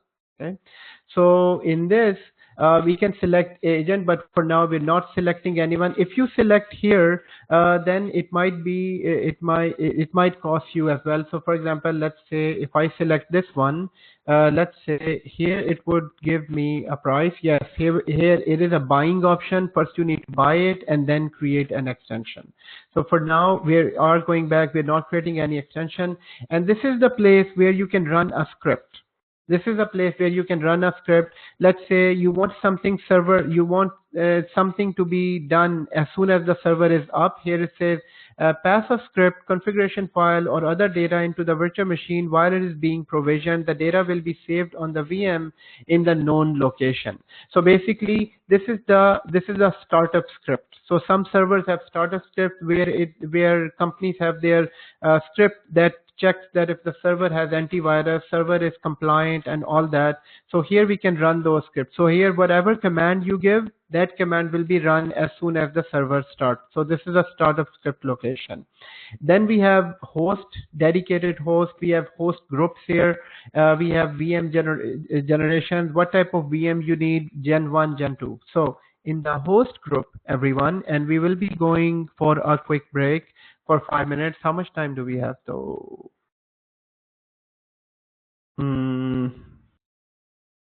Okay, we have around 40 minutes. So just we'll provision this VM and then we can take 5 minutes break, everyone. So here, host group, guys, host group. So this basically, this option, this host group option is a dedicated host option. So for example, this VM is a very, very important VM for your organization. This VM is very, very important VM for your organization. You don't want it to be hosted with other servers. So let's say in the rack, there are in the data center and in the rack, there are, let's say, how many servers? There are many servers. So I'll go here just to explain.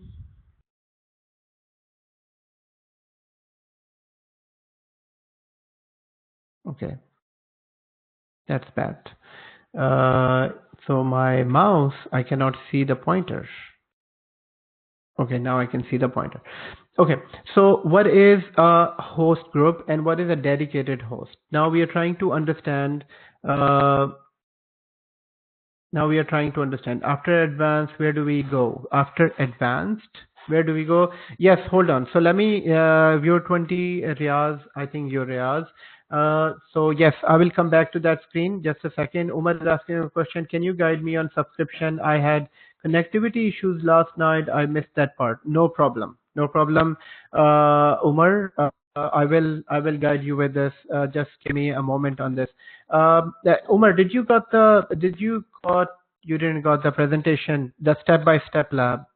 So I will provide you with the step-by-step lab in a moment, and I will help you with the subscription actually. So you just need to create an account. Once your account is created, then you can create a subscription. But don't worry, I'll help you with this. So here, guys, we have dedicated host. So something called dedicated host. Guys, dedicated host simply means is this. So normally, what is the Azure data center? So we have Azure, then we have regions, remember, and then under the region we have availability zones. Under the availability zones we have data center. Under data center we have cluster, and then under cluster we have that complete rack which has fabric controller, and then we have servers. Remember, right? So we have servers and all that. What are we trying to understand? Dedicated host. So once you created a VM, so I as admin, I created a VM from the portal.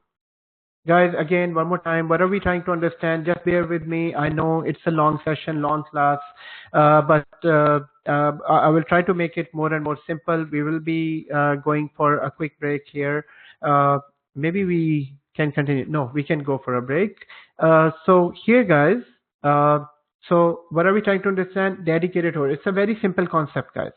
So user logs into the web portal and then issues a command. Orchestrator will send a message to the Fabric controller, and Fabric controller creates the VM in here.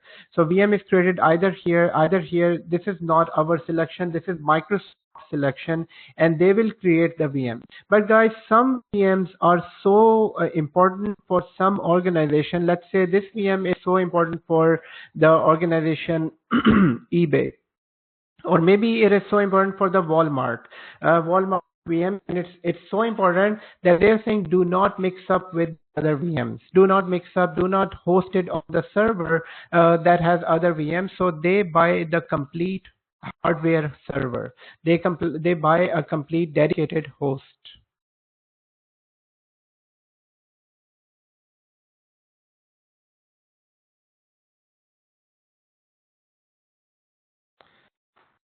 So they buy a complete dedicated host, everyone, and that dedicated host will cost them a price. Then they will be the owner of this host. So on this host there won't be any other VMs other than this company's VM. This is known as dedicated host. So normally if you don't go with this option, then Microsoft will provide you high availability. Microsoft will provide you 3 copies of the same server. Microsoft will provide you availability set, availability groups, and scale out and scale up and auto scaling, all those options Microsoft will provide you. But with dedicated host, you will pay an extra price, and you will get the full access to that host. So this is the dedicated host. If I select this dedicated host now, I need to buy it. So I need to go out. I need to go in the dedicated host section. Then I will buy that. Then I will see these different options here. So Riaz asked a question after advanced. We didn't go anything. I'm still on the advanced screen, and dedicated hosts, we don't have it. But remember, dedicated hosts are only for those organizations that have more money, that have not even more money. Actually, they need a dedicated hardware for their VM. Most of the time, my experience is most of the companies won't go with this option because this option is very expensive. Second thing, Gen 1, Gen 2. Gen 1 and Gen 2 is just that which generation of VMs which generations of VM you are creating. But with Generation 2, VM do not support some Azure platform features like Azure disk encryption. So the newer generation is this, and with this you can provide you use Azure disk encryption. But then you might say that if I have some VMs Gen 1 and some VMs Gen 2, can they both communicate? Is there any issues with that? No, there won't be any issues. It's just that it is a newer generation VM, and it will give you more features on this. But then you would say, then why is it one gen is even available? Why so if Gen 2 is there, then they should have even give us this option. Guys, this option is only for backward compatibility. It is for backward compatibility. Let's say you have some older applications and they are already on Gen 1, and those application does not support Gen 2, then you're actually bind with Gen 1. That is why this is just for older, this is just for backward compatibility. So for now, here we will go with Gen 2. So we are, Riyadh is saying, how can I get the host? So we're not getting any host, Riyadh. This option, we need to buy that host outside the VM creation process, and then we will come back. But this host option is basically for dedicated hosts. We're not using it at the moment. So we don't need to use anything in there. Last option is tags. Guys, tag is just a simple label for the server. Just a simple label for the server, just to label these servers. Like I want to label this server, so I know that the server is in the resource group of IT department, and I want to label the server as IT department. For example, I would say my department is IT.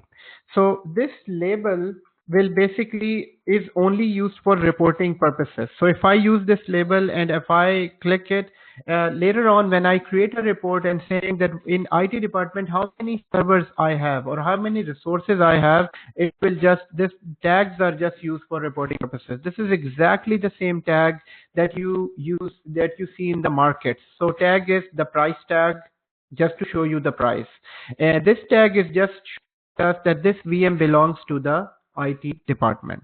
So here, and then I will create this VM, and in a moment the VM will be, it is validating it, and then remember to click the create button. Remember to click the create button, everyone, and the VM will be created. Excellent, everyone. So let's take a 5 minutes break here, and then we will log into the VM, and then we'll quickly review everything what we have learned today, and then we will call it a night. Okay. Excellent, guys.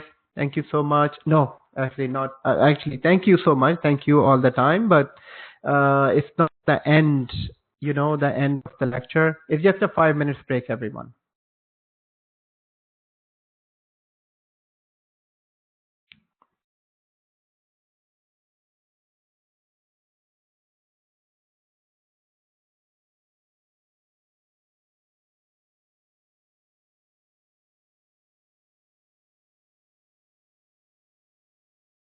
Hello, Adnan.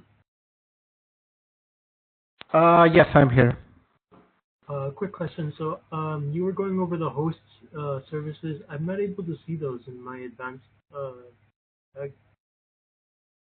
You're not able to see the host services, which means the dedicated host. Yeah. Okay. And what is your region? What was the region you selected? Maybe it's not available in your region. I chose West 1 or just West. Okay. Okay. So yeah, so if you don't see a service, it's like that it's not available in there in the data center. Okay, thank you. Okay.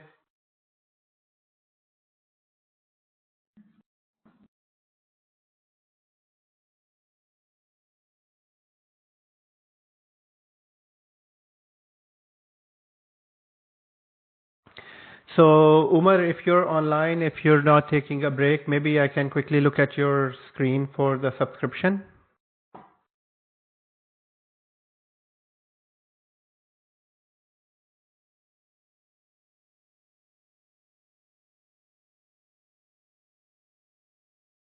Okay. So Umar, yes, you can share with me TeamViewer. Do you have TeamViewer or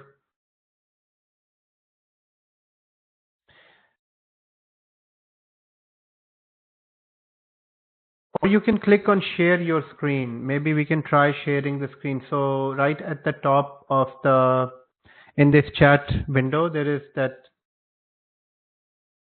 biggest circle. You can just click on the circle and then your screen will be shared. If you're on the same screen as where the meeting is.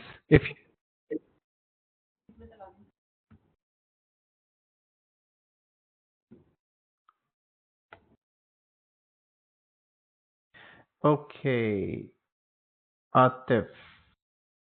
Okay, Atif Umar. जारिश ने message आया वहाँ पे रुको unmute होगा I'm using two laptops. I don't have TeamViewer Okay. in my Yes. So so let's do a TeamViewer.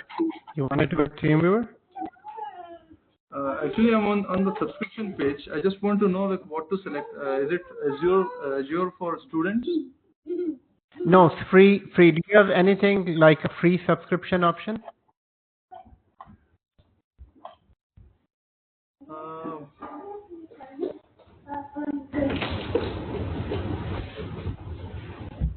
I clicked on subscription and I need to add, right? First I need to add a subscription there or apply. Yes, you need to add a subscription and select a free subscription and then just move with the wizard.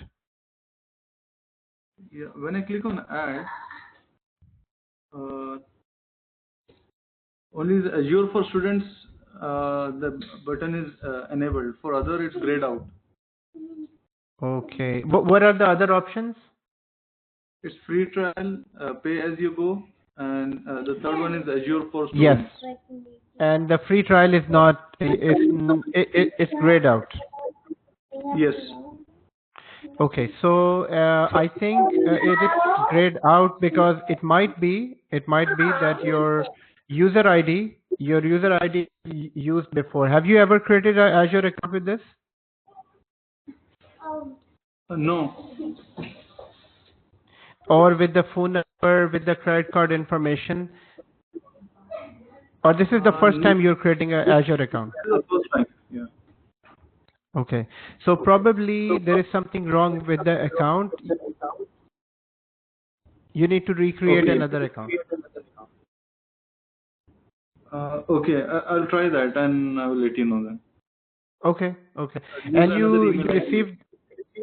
you received the step-by-step instruction, or should I share with you again the account creation and subscription? No, I haven't seen that. I missed that actually. Okay, no problem. So if you're not part of the WhatsApp group, I will just share your number and phone number. Have you spoken to Amin Bhai before? Yeah, today morning I spoke to him. Okay, just ask him to add you to the WhatsApp group because it's there, and I will share the drive as well. Okay. Okay? Okay. Thank you. Okay, you're welcome.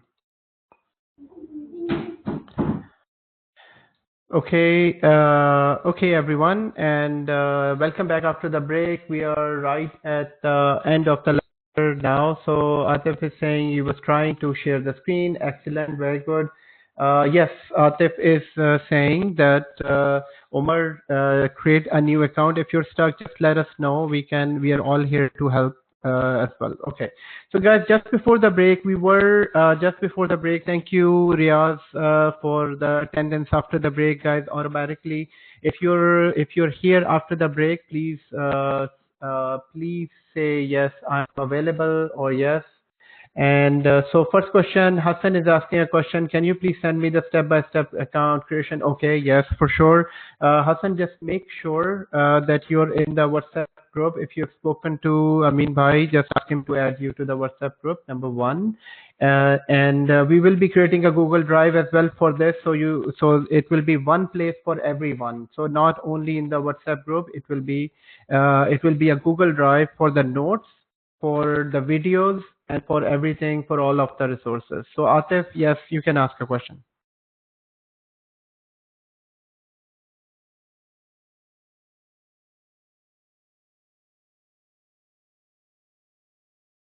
Okay.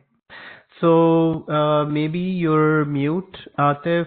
Would we get more labs like to work during the week? Yes, for sure. Why not? I will make you all busy with Azure.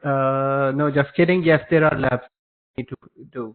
You need to complete some labs on your own as well, guys. As you can see, the technology is not that there are so many things in this technology, and at the end of this lecture, at the end of this training, we want to be an expert.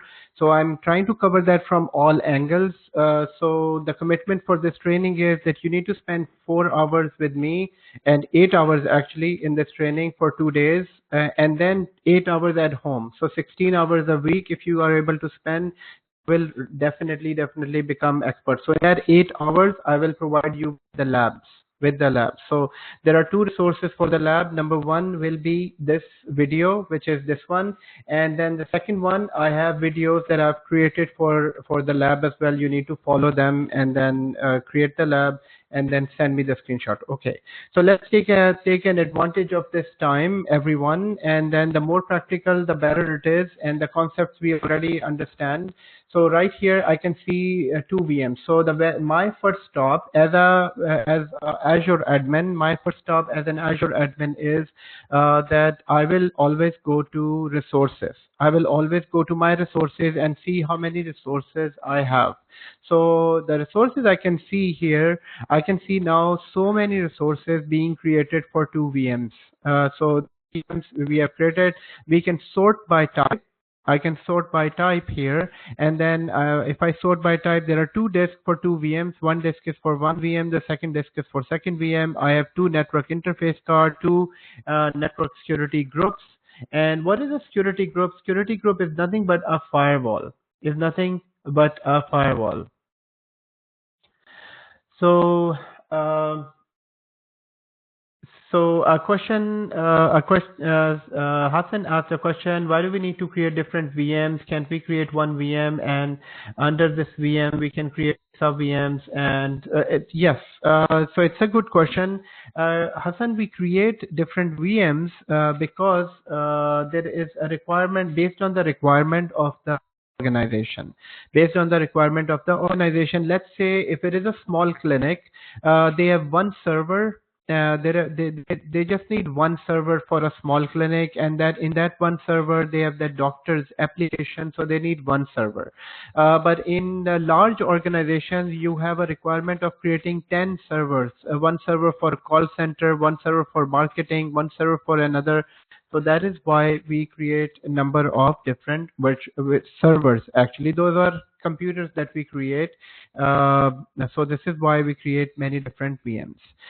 So guys, if this is, for all of us, most of us, this is the first time we are on Azure portal. Always remember that in Azure portal, it will be, on a heavy Azure portal, I would say a heavily configured Azure portal, you will see hundreds and even thousands of services here. So what is the best way to navigate in this? The best way to navigate in this, always start from home. And from home, always you can if you're logged into the portal to manage a VM, you can just directly log in, go to the VMs, and here it will show you only the VMs. So in this, it's only showing me the VM, but in all resources, it shows me everything. So if if I'm interested only in the storage account, I can go to the storage account, and within the storage account, it would show me only two storage account, one storage account for the PowerShell, the other storage account for the VM. So for the VM, this is for the VM where my VM is sitting, which is Canada Central, and this was the PowerShell account that I created earlier. So in both cases, we can go from here. I can go to all resources and go to the VM. So for now, let's go to the VM and try logging into the VM. How do you log into the VM? We can go to the VM. We can go to the VM here, and within the VM, I will log into the first VM now. So the first VM, in order to log into the first VM, you click on the VM, and as soon as you click on the VM, basically it gives you the VM settings here. So it gives you overview, it gives you activity log, and we will go through this as well, networking, connect, and this. But for now, my first stop is right here to connect to the VM. And here it gives me more information about this VM. For example, this VM has server 2016. This VM size is B2S, 2 vCPU and 4 GB of memory. And this VM's public IP address is this. And this VM is basically part of this virtual network. We will cover that in networking chapter. But for now, here it is giving us that basic information. Okay, so the things that we created. Now, in order to connect to the VM, just click on connect. So guys, everyone, just click on connect. As soon as, and other than connect, you can restart the VM, you can stop the VM, you can capture the screen of the VM, you can delete the VM, you can refresh a VM, or you can share it to a mobile. You can share this link to a mobile phone, and then you can access the VM from there. But here we are selecting connect. And in the connect, just do RDP. Always remember that SSH is for Linux VM, and this is the jump host. So later on, we will look at this. But for now, let's just RDP into the VM. RDP simply means remote desktop option. This is the remote desktop option for the for this VM. I think RDP is for remote desktop prompt or something. But here, let's click on RDP. So you will click on connect and then click on RDP. So as soon as you click on connect and RDP, all you need to do here, it gives you this information, and on this, just say download RDP. So once you download RDP, it will give you, it will save this file. It will save this file, and once you save it, it comes right here. So once you save it, it comes right here. One more time, you click on connect, then you click on RDP, and then download the file, and then here it will give you this. And now in here, it will ask you for the username and password of this server. So it is asking you this screen that you are about to connect to this VM in Azure. So you're from your home, you're about to connect to the VM. And in this, you can just say connect. And once you are connected, it will ask you for the username and password. It will ask you for the username and password. And here you will click on more options, more choices, and within more choices you will need to use different name. Here you need to say use different name. So one more time, I'm going to come back, I'm going to repeat that one more time here. So I am in the VM settings, and I'm in the overview screen, and within the overview screen I go to connect. And within the connect, I need to go to RDP, and within RDP, I will go to, I will download this file one more time. I'm downloading. You can download this as many times as you like. So I'm downloading it again, because the previous one is shown here, and I can save it. So here, once the RDP file is here, I can click on this. And then it will ask me for the screen. I will connect, and while connecting, it will provide me the credentials to use. So here we can use different credentials, and here you will use that username and password that we used. So the username that I used was passadmin, and the password was 1234. Password 1234. So the password is password P capital, password 1234. So now I am about to log in. So once you are trying to log in, it will give you this warning screen. It will give you this warning screen. This is fine, and then you can press yes. And then it will try to connect, and it will let you connect to the machine. Yay, bravo. So you have created a VM, and then you are connected to server 2016 on Azure. So this is server 2016 on Azure.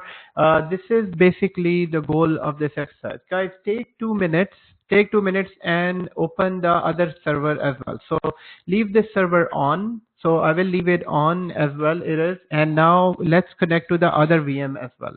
So you can either click here.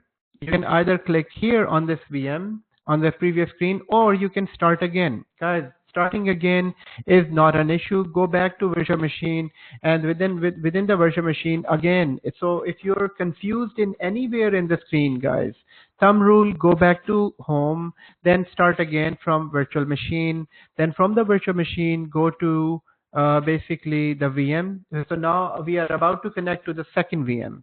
So second VM, and then you click on second VM. Again, we need to connect an RD, and we will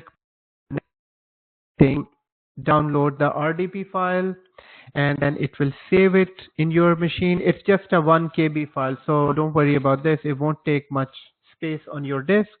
And here it is connecting, so same procedure, and you are connected.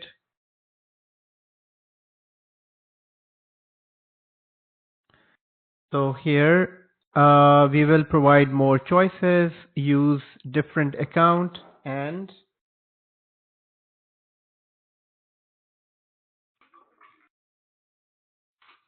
so guys, how many of you are able to connect? How many of you are able to connect to the first machine and second machine? Please let me know in the chat window. Please let me know in the chat window. Able to connect to both machines or one machine. So here now I am connected to both machines. So this is machine number 1 and machine number 2. So this is server number 1 and server number 2. So we have created 2 machines. Amjad is saying I'm able to connect. Very good. Atif is able to connect. And others, please let me know that where are you connected. So if you're able to connect to this, if you're able to connect, then basically Riyadh is saying you're stuck at basics. Basics means you're stuck at the basic VM creation machine, or where?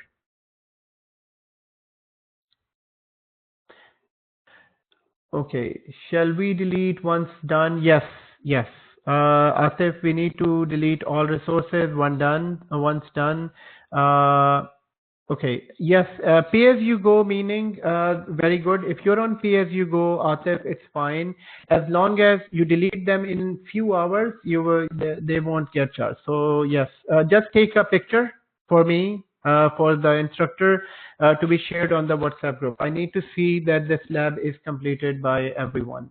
So connected to VM1. If you're even connected to VM1 or VM2 or both VMs, it is fine. So I'm gonna just close these screens. So just close them. Now, how do you delete them? So Riaz, don't worry, I will help you with this. If you're stuck in the basics, it's okay. Whoever is stuck, just let me know. We can do that. We can spend like 10 minutes after this lecture, and then we'll fix wherever you're stuck. Okay. So guys, now in order to clean up, print screen from the Azure portal would be fine. Excellent. Yes. So print screen from the Azure portal. Next time, just you need to basically take a screenshot from you're taking a screenshot with the machine open. Okay. So So guys, now let's see how to clean that up, how to not get charged. So all you need to do is go to all resources.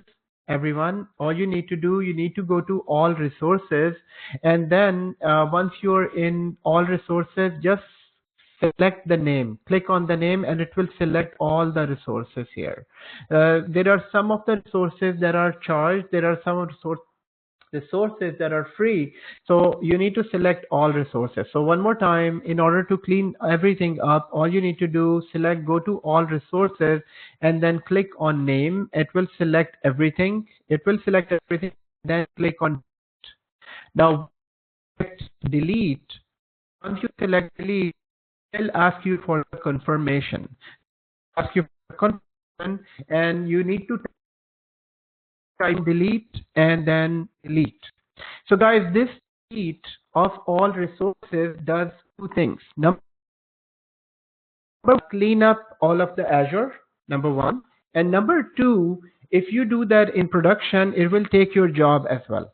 So it is that clean that it will clean up your job as well, because it will delete everything within the environment. It will delete everything. What we just did is actually deleted everything within the environment. So don't try that at work. As they say, don't try that at home. I'm saying that don't try that at work, because it will definitely take your job. But I mean, it's not that simple at work, because if you're the enterprise admin, then you will be able to do all this.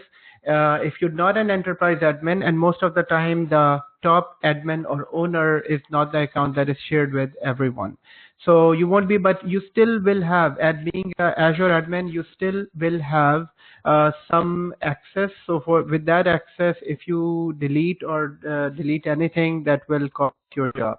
So for now, it is just taking time. And make sure, guys, just spend some time with this. Make sure that all resources are deleted. Sometimes one or two resources are left just because of some other dependencies, some other resources are there. So if any other thing after 5 minutes is left, here in the notification it's showing you this, and if something is left, then you can go back and select and then delete again. Okay. So guys, in today's lecture, we discussed a very important part of Azure Cloud, which is compute resource. In previous lecture, we understood the cloud, the computing models, PaaS, SaaS, and IaaS, PaaS, and SaaS, and then also discussed public cloud, and we also discussed the public cloud and private cloud and hybrid cloud. And then we are in Azure, we discussed subscriptions, we discussed regions, we get to know the architecture of infrastructure. And today was a very important lecture about a compute building block for compute resources. We will learn more on this as well as we go on. So we will learn more on this. Ashar is saying, when we delete, do we leave the default cloud shell? No, delete everything. Delete the cloud shell as well. We will use the cloud shell later on, and we will recreate it again. So it doesn't take much time. It's a good question, everyone. So the one thing that will be left will be the cloud shell. So delete the cloud shell as well. So today we discussed, guys, the compute building blocks, just in a nutshell, in a very small type of explanation, in a brief summary. The VM has three types of offering: infrastructure as a service, platform as a service, and serverless service. In infrastructure as a service, when you create a VM, the very first thing what happens is it creates the OS disk. That OS disk goes into the storage account, and then within the VM we can create different extension, antivirus extension, and diagnostic and other stuff as well. And within the VMs can be monitored. Azure provides us this basic monitoring feature, which is free, and there is advanced monitoring, which is paid. We can select the advanced monitoring as well. When the VM is, we can take a backup of the the backup service is free, but the recovery vault where it saves the backup is not free. We can enable backups on the VMs as well. Backups can be scheduled on different timing or every day. Then VMs have another option called site recovery. Azure Site Recovery is another name for data, for DR. So this is DR, disaster recovery. And remember that the live image of this VM will be stored here. The live image of the VM will be stored here, with which we can make the VM. Then once the VM, these are all of the supporting services of the VM, but for high availability, Microsoft provides VM scale sets and availability sets, and then auto scaling. We had discussions on this. We will describe containers in more detail. Once you have a VM, then we can connect them to the network interface, and then we have platform as a service for app service, cloud service, and service fabric. There is a full chapter on this. VMs can also be automated. Their installation can be completely automated with functions or Azure automation as well. This is more newer option. This is older option where you have predefined scripts are available. You can use those scripts, or you can make your own scripts as well. Logic App is a complete workflow where you can send emails, get authorization, and then follow the function, or you can directly run the function without the Logic App as well. And then there is Security Center, Active Directory, and Key Vault, and these all services. So guys, the homework for the next 5 days. Guys, the homework for the next 5 days is this. Please do not go at the just 2 more minutes here. So this website, guys, since please, we all need to try to understand that you can see in 4 hours we learned a lot. We learned a lot in this, and these are all very important things. So at home, please review the notes. Review your notes and send me a picture of the notes that you have taken. Plus, this is the lab that we need to do. So you need to go onto this link. This is this link, and I'm sharing this here. So guys, this is the homework for the next 5 days. So this is the link that I shared. You need to go into the playlist, and within the playlist, you need to go to Azure Hands-on Labs. So this one, Azure Hands-on Labs, and here within this lab, you already completed this one. First of all, I think the first 1 or 2 videos, voice might be distorted. It's fine, guys. Sorry about that in advance. But it is very important that you complete these labs. So this portal, that when I made it, it's a bit different from the previous one, but most of the options are same. So what you need to do is you need to complete video 1, and I will try to make the newer videos as well on this. You need to complete video 1, 2, and 3. Video 1, 2, and 3, and 4 and 5. Did I say 4 and 5? So yes, try to complete 5 videos, but at least complete the first 3 videos. Okay, at least complete the first 3 videos as a homework. I've shared that within the link, and please take this this homework seriously. I know everybody's busy. I'm busy. You're busy. We're busy with work as well. But at the same time, without practice, you won't be anywhere. So without practice, there won't be. It won't be understandable. You won't be able to understand other components, how they work. Next week we will learn more stuff, and then there will be more stuff. So take advantage of this 5 days. Okay. So guys. Last 1 minute. I will be here for 10 more minutes. If anyone has any questions, any doubts about this, I'm glad I will help you out with this. With the lab video is there. This lecture video will be there as well. You can go back to the video, and then you can, the good thing about the video, you can go forward, backward, pause, and you can again go through this. So review everything. And if possible, explain this screen to one other person. If you need to become an expert of this, explain this screen to one other person. You will master it, guys. Trust me, teaching others will basically, you can learn from trainings, but you can master it by teaching it to others. Oops, I gave the presentation role to Hassan right at the end. And Hassan, I can get it back. Or if you want to share anything. Thank you, everyone. This is all for today.